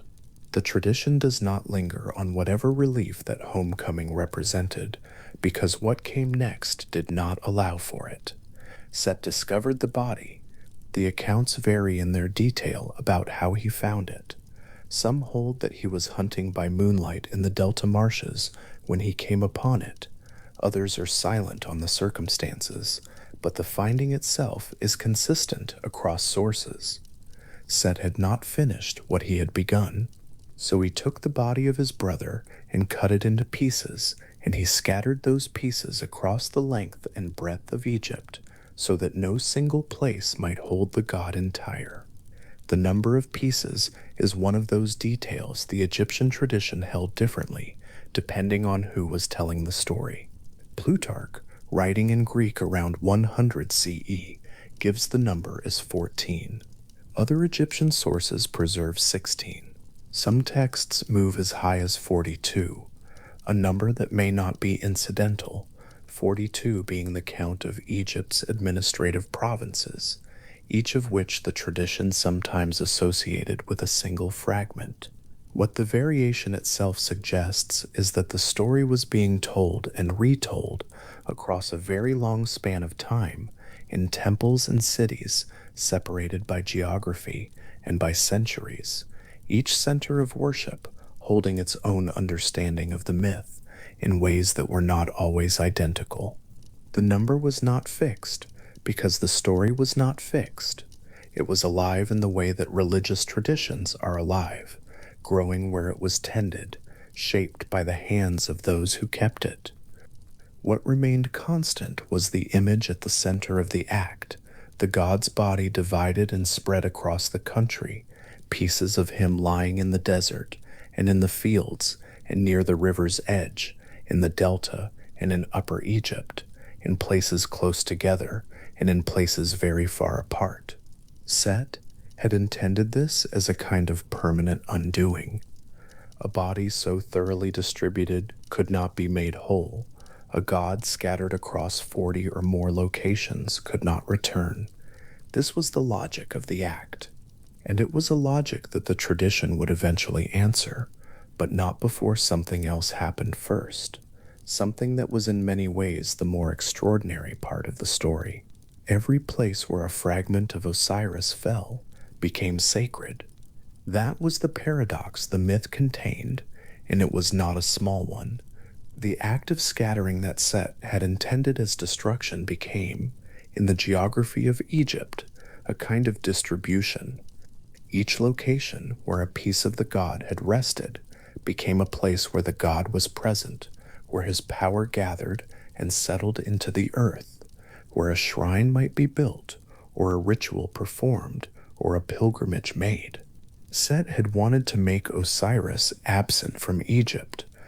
What happened instead was that Osiris became present everywhere in Egypt, not concentrated in a single temple or a single city, but spread across the whole of the country in a pattern of sacred sites that drew pilgrims and prayers across thousands of years. The land itself became, in this reading, a kind of distributed body. To walk from one end of Egypt to the other was, in a sense, to walk across the god. The scholars who have studied this tradition have noted that the institution of local cult sites dedicated to Osiris was already well established by the time the myth reached the form in which Plutarch recorded it, and that the myth of dismemberment may have developed in part as a way of explaining why so many different places each claimed to hold something of the god. The tradition worked the other direction as well. Once the myth was established, it gave each of those local shrines a story, a reason for their particular sanctity, a specific piece of the divine body that connected them to the central narrative. Abydos was linked most prominently to the head, or in some accounts to other significant remains. The island of Bigay, near Aswan, out in the wide dark water near the first cataract of the Nile, was associated with one of the god's legs. Memphis held its own claim in some versions. The list extended further than any single source fully recorded. Across that narrow green corridor and the desert pressing in on both sides, the fragments of the story were settled as thoroughly as the fragments of the body, each place holding its piece of the whole. Isis and Nephthys searched together. That is what the tradition holds, and it holds it consistently enough that the image of the two sisters searching for the scattered body became one of the foundational images of Egyptian mourning, the pair of them moving through the Egyptian landscape, going from place to place, finding and gathering and lamenting. In many of the temple reliefs that preserve this story, Isis and Nephthys are not depicted in their human form during the search. they are shown as birds.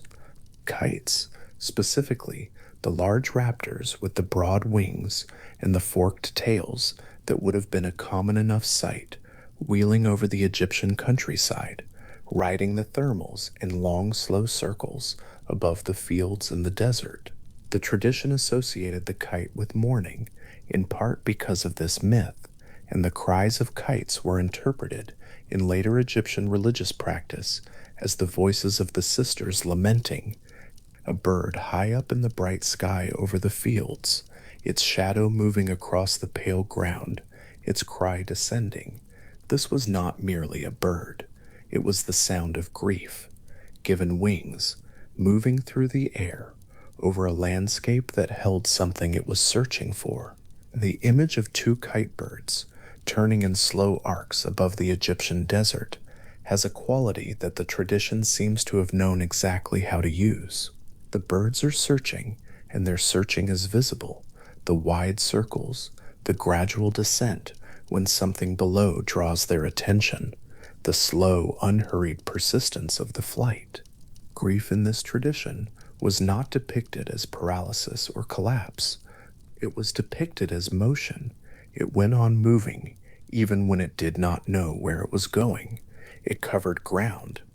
It returned to places already searched, because the searching itself was the only available response to what had been lost, and to stop would have been the one thing that could not be allowed. The kite form gave the sisters the ability to cover the whole country in a way that no walking figure could. From above, every part of Egypt was within reach.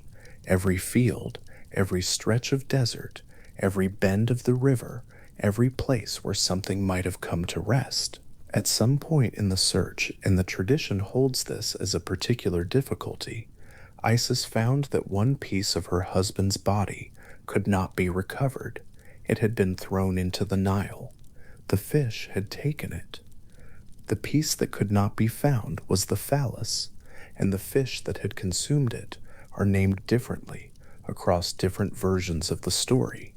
The Oxyrhynchus in some accounts, the Phagris in others, the Lepidotus in still others. Some sources mention all three, as though the tradition accumulated names over time without settling on a single one. What the sources agree on is the consequence. The phallus was gone. The river had taken it in the most complete way the river could take anything, passing it into a living creature, making its recovery impossible. And the tradition also agrees on what followed from this loss, that in certain regions of Egypt, eating those species of fish was forbidden.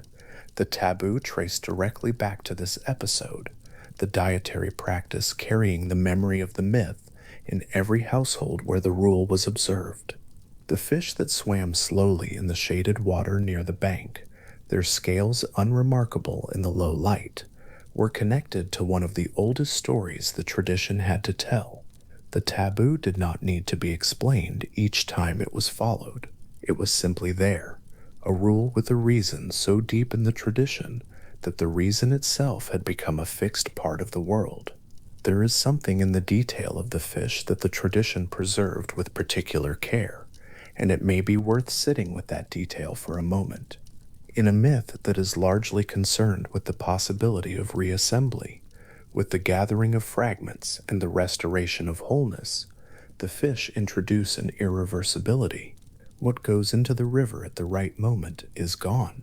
The Nile takes things and does not give them back, or gives them back transformed beyond recognition into the silt and the growing things and the living creatures that the river sustains. The loss of the phallus to the fish is the part of the myth that could not be answered by searching, could not be resolved by finding and gathering. It had to be answered differently, and the tradition found a way to answer it. But the finding and gathering had to happen first. The whole search had to be completed, and the one absence had to be fully understood before anything could be made from it. The search, then, continued. From above, the two birds moving in long, slow arcs across the country, the shadow of their flight crossing the black land and then the red land, the river below them catching the light or holding it depending on the hour.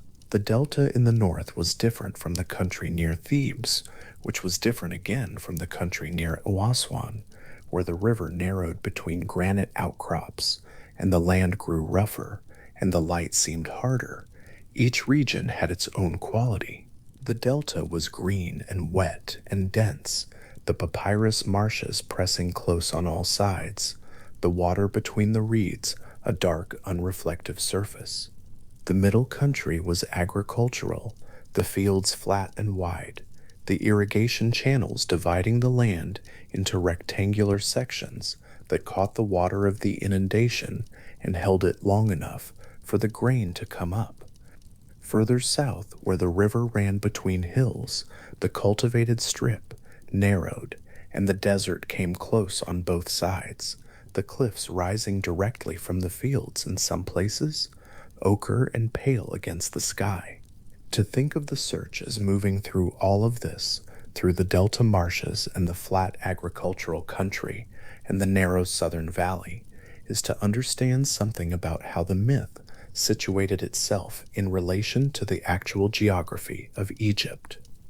This was not a story set in an unnamed elsewhere.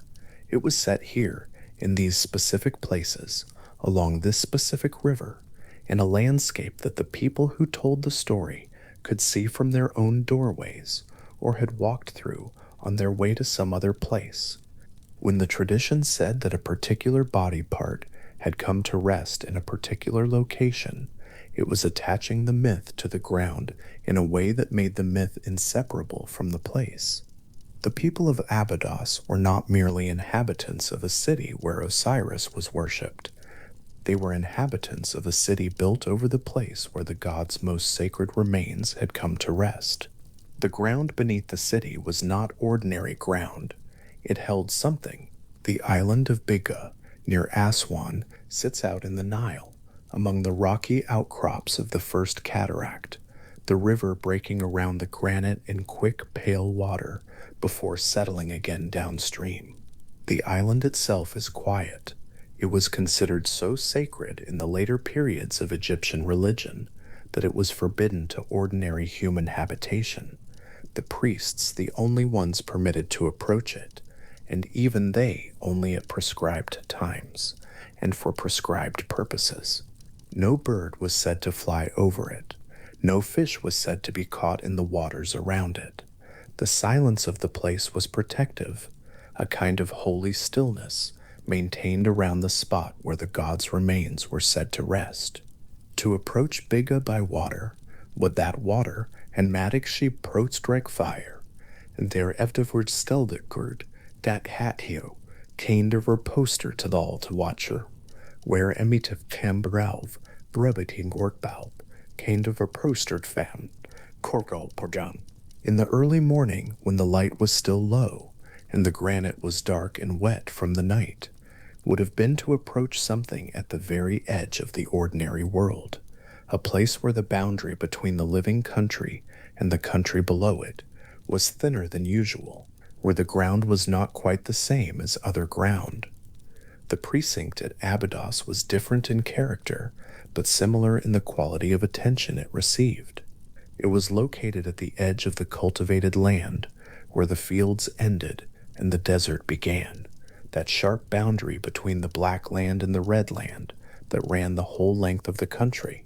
The buildings there were mud brick, worn by centuries of dry air and occasional wind, the color of the material so close to the color of the desert behind them that at certain angles and in certain lights they seemed to be part of the landscape rather than constructed from it. Pilgrims came to Abydos from across Egypt, and the road that led to the precinct was worn smooth over long centuries of use, the dust compacted by generations of sandaled feet, the path itself a kind of record of all the people who had made their way here with some need or some offering or some desire to be close to the place where the god was said to rest.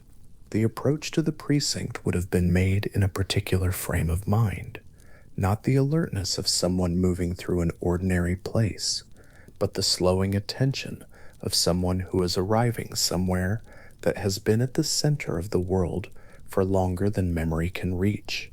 Inside the precinct, at the center of the sacred space, there would have been a marker of some kind, a stone, a stele, a structure indicating the spot where the god's remains were believed to rest beneath the ground.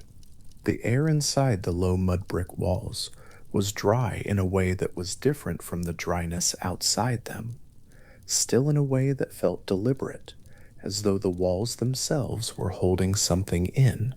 The sound of the river, which carried for some distance on quiet days, did not reach this far. The sound of the fields, the birds and the insects and the work of cultivation did not reach this far either. What remained was the silence of the desert, which is not the absence of sound so much as the presence of a very deep and very old quiet, the kind of quiet that has been there long enough that it seems to have its own weight, its own specific quality, something that can be felt against the skin in the same way that heat can be felt.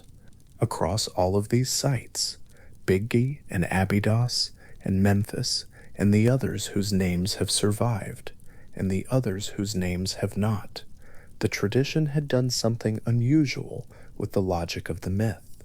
A god who had been killed and scattered might be expected to be diminished by the scattering, reduced, made less than he had been. The tradition held the opposite. The scattering had, in a paradoxical way, multiplied Osiris across the landscape. His presence, rather than being concentrated in a single place, had become available everywhere along the river, everywhere the sacred site stood, everywhere a person might travel and find themselves in the vicinity of a shrine that held its piece of the story. The god who had been destroyed across the length of Egypt had in the process become inseparable from the length of Egypt. His absence and his presence were the same gesture. The mourning of Isis and Nephthys had its own structure in the tradition. The lamentation texts that have survived from ancient Egypt, long formal compositions intended to be spoken or sung over the bodies of the dead, drew explicitly on the template of the two sisters mourning Osiris. The cries they were supposed to have uttered, and the gestures they were supposed to have made, the specific words of grief that the tradition preserved, all of this became the foundation for the professional mourning practice that was a regular feature of Egyptian funerary ritual across the New Kingdom, and later, women hired to lament at a funeral were understood to be performing a reenactment of what Isis and Nephthys had done in the original myth. Their grief was real. Professional mourners were expected to actually feel and express sorrow, not merely perform it technically, but it was also something more than personal grief. It was a participation in the foundational event, a way of making the myth present at each individual death, a way of saying that this particular loss was connected to the first and greatest loss, and that the pattern the myth had established would be followed here too. That pattern mattered. What the sisters had done in the myth was not only grieve, they had moved, they had searched, they had found, and eventually the tradition held they had done something with what they found. The grief was not the end of the story. It was the part of the story that made the end possible, the sustained attention, the willingness to go on searching when the searching was exhausting and the country was wide and the fragments were many, the refusal to stop until every piece that could be found had been gathered. The professional mourner at a New Kingdom funeral, wailing and gesturing over the body of someone newly dead, was in some sense enacting this same refusal. She was holding the loss open long enough for it to be transformed, participating in the ritual structure that the myth had established as the necessary passage between death and whatever came after. The fish in the Nile that had taken what could not be recovered moved through the slow dark water below the surface, unhurried, as fish move when nothing is disturbing them. The Oxyrhynchus was a large species, broad-bodied, found in the Nile throughout its length. In the regions where the taboo against eating it was observed, it would have been visible regularly, in the shaded water near the bank, in the deeper channels, in the places where the river widened and slowed. Not dangerous, not remarkable in most ways, but carrying in the tradition a kind of significance that had nothing to do with its own nature and everything to do with what it had once consumed, what it carried now without knowing it, what it would carry for as long as the story was told. The taboo was itself a form of memory. Every household that refrained from eating the fish was keeping the myth alive in a small and practical way, the daily habit encoding the old story, the story persisting through the habit in both directions. There is a particular quality to the search in its final stages that the tradition seems to have been aware of. By the time most of the fragments had been found and gathered, by the time the landscape had been covered from the delta to the cataracts and back again, and the pieces were assembled in the hands of the sisters, the shape of the loss had become clear in a way it had not been at the beginning. At the beginning of the search, the unknown was total. How many pieces, where they had fallen, whether all of them could be recovered. As the search continued, the unknown contracted. One by one, the questions were answered. One by one, the places were visited, and the fragments were found, until what remained was not a general not knowing, but a very specific, very defined absence. One thing that could not be returned, one irreversibility that the searching could not undo. The clarity of that particular loss may have been in some ways harder to hold than the original vastness of the not knowing. The tradition does not say this directly, but it preserved the detail of the fish with enough consistency across enough sources that the loss seems to have been understood as significant in its own right, not merely as a practical problem requiring a practical solution. The search moved through the seasons. The Nile inundated and receded and inundated again. The fields were planted and harvested and left fallow and planted again. The light moved through its cycle from the flat brightness of high summer to the lower, more horizontal quality of the cooler months. The tradition does not specify how long the search took, and this is perhaps the appropriate kind of vagueness. A search across the whole of a country for something scattered in 40 or more locations is not the work of a day or a week.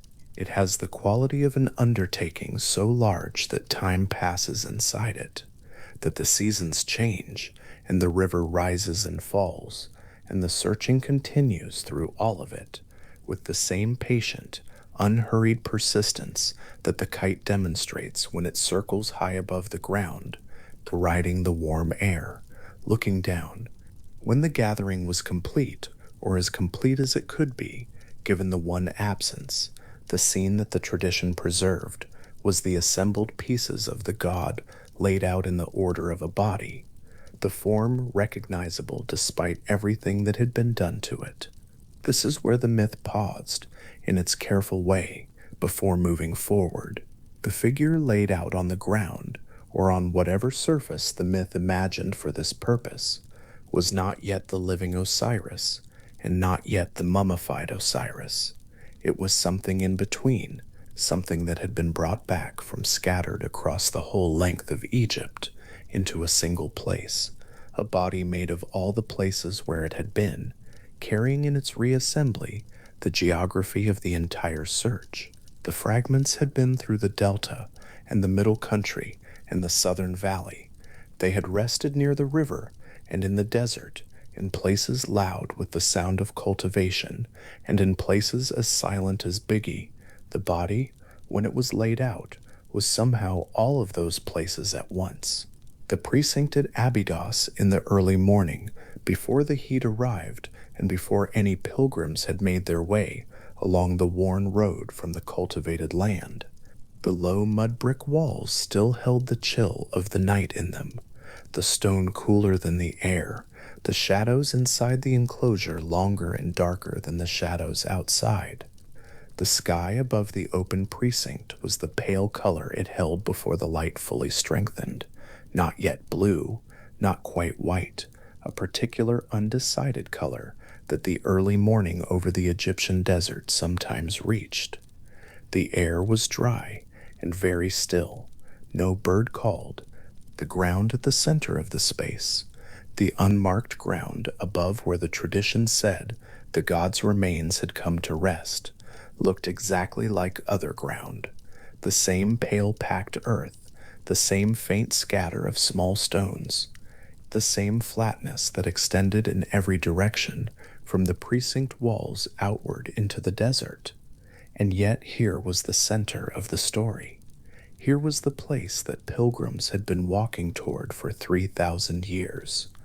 Here was where the long road through the cultivated land ended, and something else began, something that was not resolvable into the ordinary categories of the landscape, that belonged to a different register, that asked of the person who arrived here not analysis or explanation, but simply the willingness to stand in a particular place and allow that the ground beneath them was not ordinary ground. The story had moved through this place. The myth had settled here, the way the silt settled after the flood, not dramatically, not with any announcement, but with the flat and patient completeness of something that had found its level and was content to remain. There was something unresolved in the early morning stillness of Abydos that the tradition itself acknowledged. The search had been completed.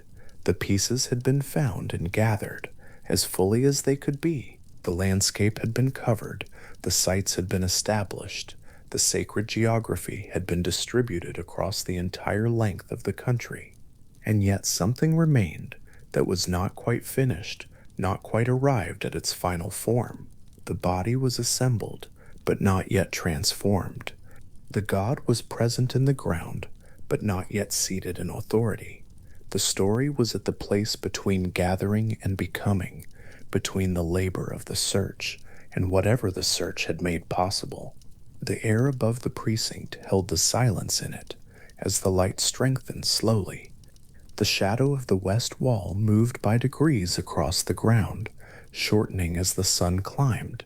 Out beyond the precinct walls, the desert began its long, pale extension toward the horizon, undisturbed, holding its distance from the cultivated land in the way it always had, the same distance it would hold for as long as the river kept running, and the black silt kept settling, and the fields kept coming up green each year after the flood. The god was in the ground here. The tradition said so with enough consistency over enough centuries that the saying had become as much a part of the place as the walls themselves, as the worn road, as the quality of the dry air inside the enclosure. Something was here. Something had come to rest here after a very long journey through a very wide landscape, and the story was not finished yet. But this was where it paused, in the early morning quiet, in the dry air, in the light still gathering above the low mud walls.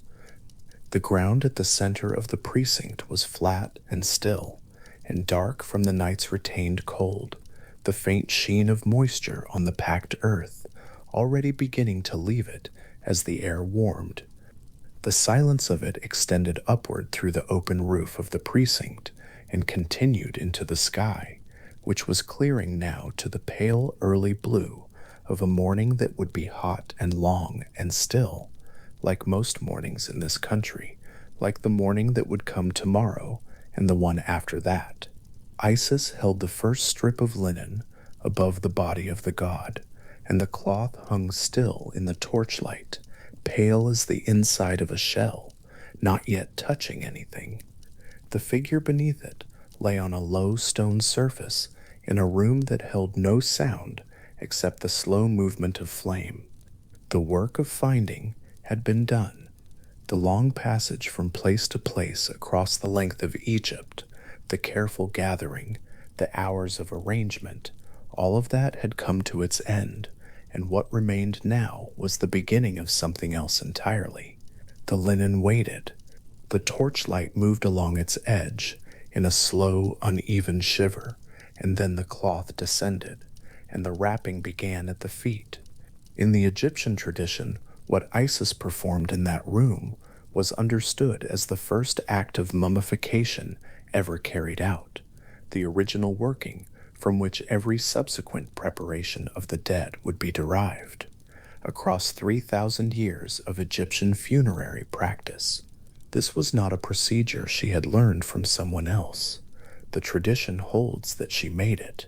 Each step of the physical work, the placement of cloth, the speaking of words, the passing of hands over the still form, was simultaneously a practical action and a magical one.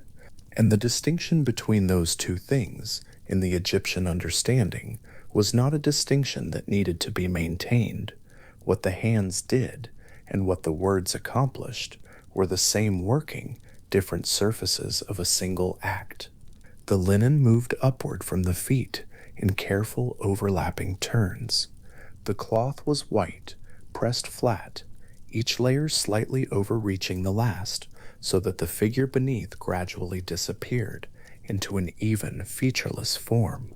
The wrapping of the feet came first, each toe enclosed separately, in some accounts, the heel drawn in, the ankle bound, then the lower leg, then the knee, then the long, slow passage up the thigh to where the linen crossed and recrossed to hold the previous layer secure.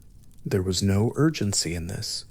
The tradition preserves the sense of a procedure done with absolute attention, each movement deliberate, each word spoken at its correct place in the sequence, nothing hurried, nothing omitted. The part of the work that had no physical solution was the phallus, which Isis could not recover from the Nile. In its place she made one, from gold, according to one account, from clay or wood or wax according to others, the tradition carrying more than one version of this detail without resolving the disagreement. What all versions agree on is that she fashioned it herself by her own hands and consecrated it through ritual into the wholeness of the body she had reassembled. In the Egyptian theological understanding, Isis was the greatest of all magicians, her knowledge surpassing that of the other gods, her power in the working of words and ritual action without equal. The making of the phallus from nothing was understood not as an improvisation, but as a demonstration of that power, the generative completeness of the god's body, lost to the river, restored through her capacity to create what had been destroyed, the consecration complete, the wrapping continued. The cloth moved over the hips and across the abdomen, up the torso toward the chest, and all the while Isis spoke the words that held the working together, words that the tradition describes as words of power, words that did not merely accompany the physical action, but were inseparable from it, so that to stop speaking would have been to stop the wrapping itself. The ancient Egyptian language had a word, heka, which is often translated as magic, but meant something more specific and less theatrical than that translation suggests. Heka was the animating force that made creation possible, the power by which a tomb had spoken the first things into being at the beginning of the world. When Isis worked, she was working with Heka, and the tradition holds that she worked with more of it than any other being who ever lived. Anubis was present in that room, the jackal-headed god of embalming, whose head in every relief and painting is the long, narrow, alert head of the African golden wolf. The animal observed moving at the edges of desert burial grounds at dusk stood over the body with the same quality of attention that Isis brought to her speaking. In the tradition, Anubis performed the physical procedures of preservation alongside the magical working Isis conducted. The application of ritual oils and resins, the speaking of words specific to the art of embalming, the final procedures of wrapping that would seal the prepared body against the passage of time. Through this act, Anubis became the divine patron of all embalmers who came after, and the jackal became the symbol of funerary protection that appears in tomb after tomb across 3,000 years. The animal had already been associated with burial grounds through its own habit of presence there, and the tradition absorbed that habit into the myth, explaining it. The jackal was always near the dead because the jackal's god had been the first embalmer, and something of that original presence persisted in every jackal that moved in the sand at the edges of the necropolis at dusk. By the time the linen reached the chest of the god, the room had grown quieter in a way that had nothing to do with sound. The quality of attention in it had deepened. The torches burned in the same way they had been burning since the work began. The air moved in the same small currents through whatever gaps existed in the walls, but the figure on the stone table had been becoming something across the passage of the wrapping, had been moving, with each layer of cloth, from the state of having been gathered back into wholeness toward the state of having been made whole. These are not the same state. The Egyptian tradition understood this distinction clearly, and the wrapping was the passage between them, a transitional procedure, neither before nor after, but precisely during, in which the fragmented god was being reconstituted into something that would be more than the sum of its recovered pieces. The linen crossed the chest. It bound the upper arms to the sides, moved across the shoulders, and began the careful work of the neck and the head. The face would be the last thing enclosed, and before that enclosure came the moment that the tradition marks as the turn of the whole working. Isis transforming into a kite bird and hovering above the prone, nearly wrapped figure of the god. Her wings spread wide and still in the close air of the room, and breathing life back into the reconstituted body through the working of those wings. The kite, a bird of wide wingspan, dark tail, a long, unhurried circling flight, appears throughout the Egyptian tradition as the form Isis took in her grief and her searching. The transformation was not metaphorical. In the Egyptian understanding, Isis was genuinely a kite when she searched the landscape, her avian form giving her the height and range and instinctual knowledge the search required. Now, in the moment of resurrection, she took that form again, but the quality of the transformation was different. Over the body of Osiris, the kite bird hovered without motion, wings fully extended, and the beating of those wings described in some accounts as a single deep stroke of enormous force, and in others as a sustained hovering that went on for as long as the working required, drew breath back into the wrapped figure on the stone. Temple reliefs across Egypt show this image. The kite bird, recognizable by its spread wings and the small, attentive head, perched or hovering above the horizontal form of the wrapped god. The image appears in painted burial chambers, in carved stone registers along the inner walls of temples, in illustrated papyri placed inside coffins to accompany the dead. It was not an obscure scene. It was among the most reproduced images in the entire tradition, recognizable to every Egyptian who had ever stood inside a tomb or passed through a temple, and its familiarity did nothing to reduce what it depicted. The tradition holds that in the moment the wings worked, Osiris breathed again. Through that working, Isis also conceived Horus, the son who would be born in the Delta marshes and raised in secrecy, who would one day contest the throne of Egypt. The magical intercourse of the kite goddess and the reconstituted god was understood in the tradition not as an incidental detail, but as a necessary consequence of the resurrection, the restoration of Osiris's generative wholeness, so carefully accomplished through the making of the new phallus and the consecration of the reconstituted body, had a purpose, and that purpose was Horus. The line of divine kingship could not end with the death of a king, no matter how absolute that death had been. What the tradition preserved in this moment was the understanding that the same act that drew breath back into Osiris also planted the seed of the one who would inherit his earthly throne. The future and the resurrection occurring at the same instant, neither separable from the other. The wrapping reached its completion. The linen closed over the face of the god, pressing flat across the brow and the cheekbones and the closed eyes, and the figure on the stone table was now entirely enclosed in white cloth from the soles of its feet to the crown of its head. The form was upright, not lying flat, but standing in the mummiform posture, slightly stiff, arms crossed over the chest, the wrapped hands holding the shapes of the crook and flail, though those objects were not yet in their place. The face beneath the linen was the same green face that appeared on tomb walls across Egypt, the deep matte green of new plant growth, of the first reeds after inundation, of grain pushing through dark soil. That color, in the Egyptian tradition, was the color of resurrection, not the green of a living face, but the green of a thing that has come back through a process that living things do not normally survive. The resurrection of Osiris was not a return to the life he had lived before. This distinction is important in the tradition and worth dwelling with for a moment in the slow air of this room before the image changes.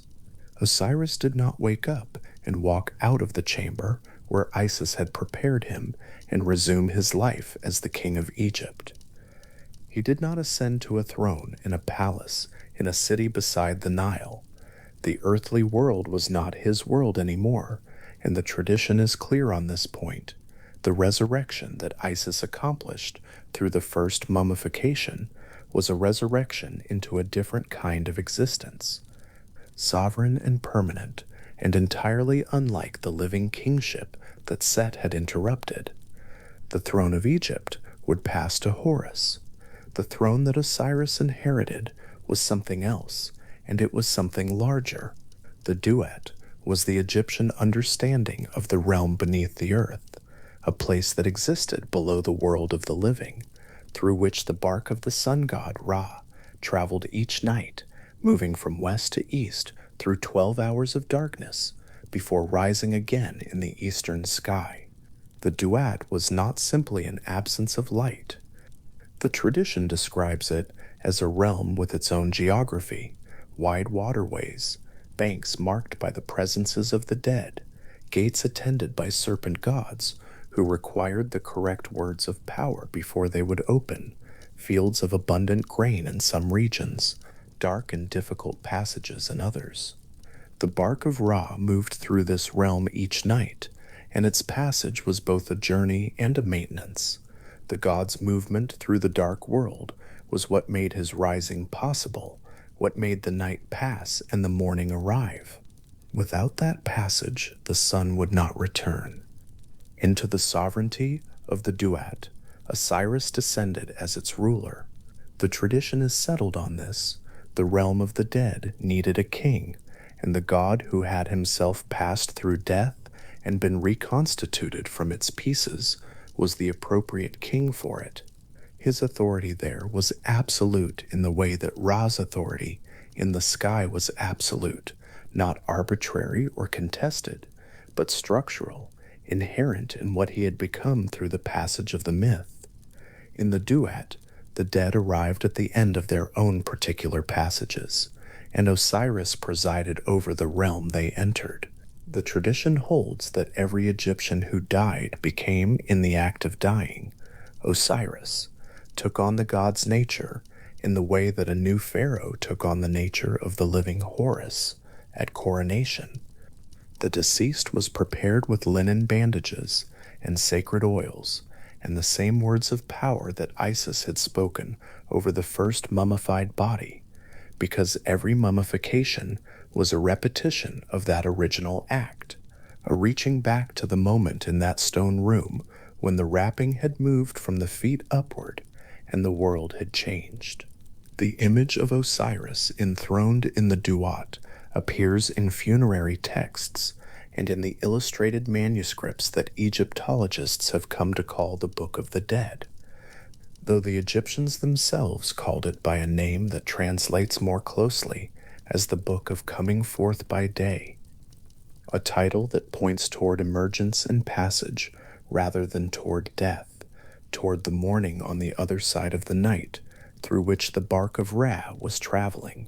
In these illustrated manuscripts, prepared for the deceased and placed in their coffins or buried in the walls of their tombs, the figure of Osiris sits on a throne in the duat with the white linen wrappings, the green face, the crook and the flail crossed over the chest.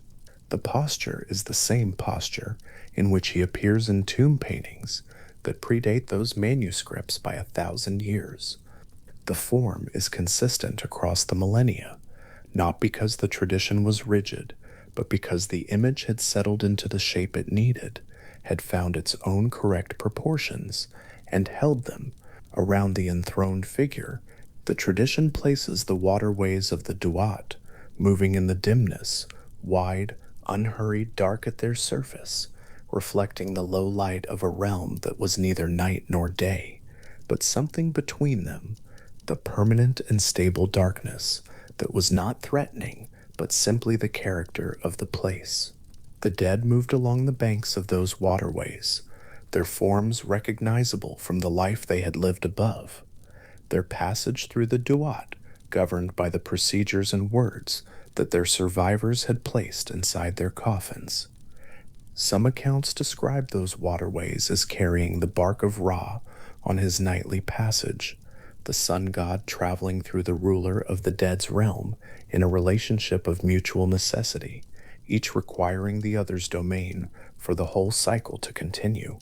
The throne on which Osiris sat in the duat is described in the tradition as a low throne of whitened wood, the seat covered in a cloth of the same linen as the wrappings. The crook and the flail, the two symbols of Egyptian kingship carried by every pharaoh in the royal regalia, rested crossed over his chest in the position they had occupied since the earliest period of the tradition, since the first tomb paintings that showed the god in his mummiform form. The crook was the instrument of shepherding, the curved staff that guided and gathered. The flail was the instrument of threshing, the implement that separated grain from stalk, useful from spent, what continues from what does not. Together, the tradition held that they signified the full range of royal authority, the gathering and the separating, the nurturing and the necessary end of things. In the hands of Osiris, ruling in the duat, from his low throne with the dark waterways moving around him, those two objects meant something that they could only mean after the passage of everything the god had been through. They signified a sovereignty that had been earned through the total experience of death and reconstruction, a kingship that understood loss from the inside and persisted regardless. The green of Osiris's face caught no particular light in the duat. Green in that realm was not the green of sunlight on water, or the green of grain in a field above the ground. It was the green of a thing that had passed through a complete darkness and emerged in a form that the darkness had clarified. The tradition associates that green with fertility and growth, with the grain that pushes through the Black Nile silt after inundation, with the annual return of the living world after the months when the flooding had covered everything. But in the duat, on the face of the enthroned god, the green was something that had moved beyond the seasonal cycle it originally described. The seasons of flooding and recession and growth continued above, and they would always echo the story of Osiris, the silt always carrying something of the god's nature in its composition, the grain always growing in a soil that the tradition associated with his body. Below, in the duat, the green face was permanent. It did not depend on the season or the flood or the planting. It simply was, with the unmoving quality of something that had found the form it was always moving toward. Isis remained, in the tradition, as the primary protective force surrounding her reconstituted husband. The temple reliefs that show her and Nephthys at the head and foot of sarcophagi, their arms raised outward, their palms open in a gesture of enclosure and protection, are an extension of the role she played in the stone room where the first mummification was performed. The protection she offered then did not cease when the body was whole. The tradition carries it forward across every subsequent use of that protective gesture, every coffin on which those two figures appear, every tomb in which the words she first spoke were repeated by the embalmers who came after. Nephthys beside her, the two sisters flanking the dead in the same positions they had taken when they gathered the pieces of Osiris from across the length of Egypt. The pair of them constituted a kind of permanent protective frame, extending across all the dead who would ever lie in prepared linen in the dark ground. The son who was coming, hidden in the papyrus marshes of the delta, protected by his mother's careful concealment, carried in his body the consequence of the resurrection. Horus was the posthumous inheritor of everything Osiris had built, the earthly kingship made flesh in a child being raised in the green density of the reeds, while his mother watched the water between the reed stems for any sign of threat. His eventual contest for the throne of Egypt, the long dispute between Horus and Set, that the tradition would unfold across its own long telling, was already set in motion in the moment Isis hovered above the wrapped body and drew breath into it. The resurrection of Osiris had made Horus possible.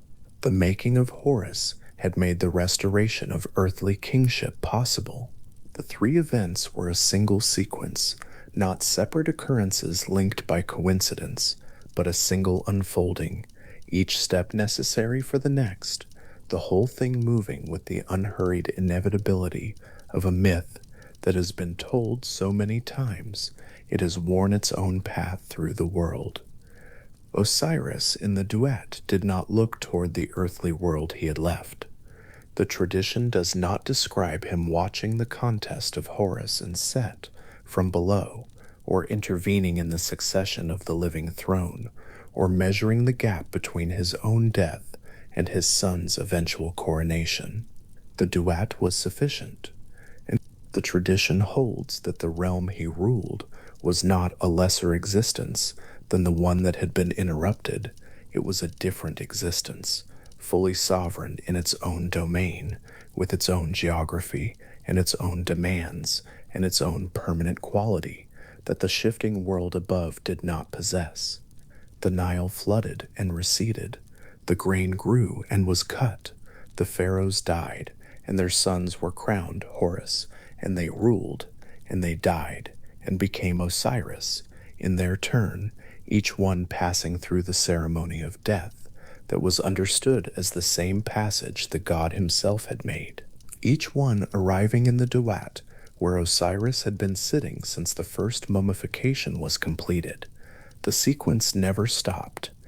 The tradition never ran out of dead to receive into the realm below, never ran out of living to perform the preparations that would ease that reception, and Osiris on his low throne never moved. The crook and the flail cast two thin shadows across the white linen of his chest. In the low light of the dust, those shadows were barely visible, but they were there. Two fine dark lines crossing each other at a slight angle, the only asymmetry on an otherwise perfectly enclosed form. The wrapped feet rested flat on the floor of the throne. The wrapped hands held the symbols of a kingship that was older than any living pharaoh could measure and that would persist for as long as the dead continued to arrive in the realm below the earth. The green face above the white linen was still, the eyes closed in a stillness that was not absence but occupation, the full presence of a god who had found the place that was specifically his and settled into it without remainder. The waterways of the duet moved around the throne in the dark. They made no sound that the tradition records. The water was black at its surface, carrying no reflection of anything that existed in that realm, moving with the slow confidence of a current that does not need to announce its direction. Along the banks, the dead passed in their own ways, their passage through the realm governed by the words that had been prepared for them, the texts in the papyrus rolls that lay in their coffins, the images painted on the inner walls of their burial chambers, showing them at each gate, speaking the correct words to the guardian, moving forward. The tradition understood death not as an arrival at stillness, but as a passage with its own long geography, a passage through a realm that was fully described, fully mapped, with known features and known requirements, presided over by a god who had made the passage himself and was therefore the most qualified of all possible rulers to receive those making it after him. The first mummification had produced something that all subsequent mummifications were trying to reproduce, not the specific body of Osiris, which belonged to the god, but the specific quality of what Isis had accomplished in that room, the transformation of a fragmented thing into an integrated whole, the passage from pieces to person, from death to a form that persisted. Every embalmer in Egypt, for 3,000 years, was repeating the gesture Isis had made. Every wrapping of linen was a repetition of the cloth that had moved from the feet of the god upward to the crown of his head. Every set of words spoken over the prepared body was a repetition of the Heka that Isis had spoken in the original room. The tradition made this explicit. The funeral rituals of Egypt were not procedures invented independently by priests to approximate some natural process. They were, in the Egyptian understanding, direct continuations of what had happened once, in a specific room, by specific hands, in a darkness lit by torches, whose shadows the cloth still moved through in the torchlight of every subsequent preparation. The living world above the Duat continued to turn on its familiar axis. The Nile received its annual flood and gave it back, the silt settling across the floodplain in the flat, even coat that caught the early morning light in a dull wet sheen. The grain grew in that silt and was cut, and the fields were left bare and then flooded again, and the silt came again, and the grain grew again, the cycle repeating with a regularity that the tradition understood as a continuous echo of the god's own story.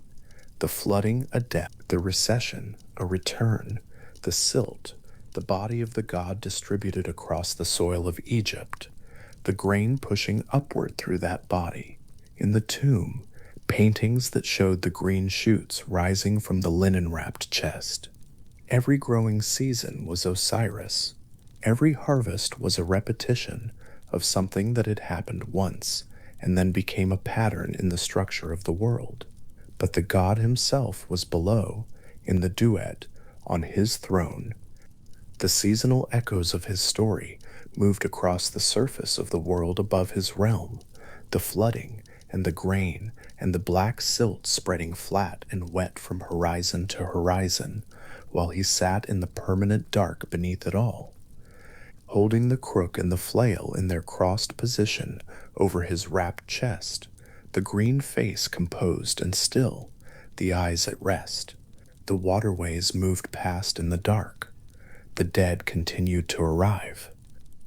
The bark of Ra passed through the duat each night, on its necessary journey from west to east, moving through the realm of the king below, on its way back to the morning, and then the morning came above, and the bark rose, and the duat received another night, and Osiris remained. The tradition does not end with the resurrection. The tradition does not end at all, in the way that a story told once for an occasion can end when the occasion closes. What the tradition describes is an ongoing arrangement, a world in which the dead have a destination that is governed and cared for, in which the preparations made above correspond to a reception below, in which the god who died and was reconstituted sits in the permanent stability of his underworld throne and receives whatever the world above sends down to him.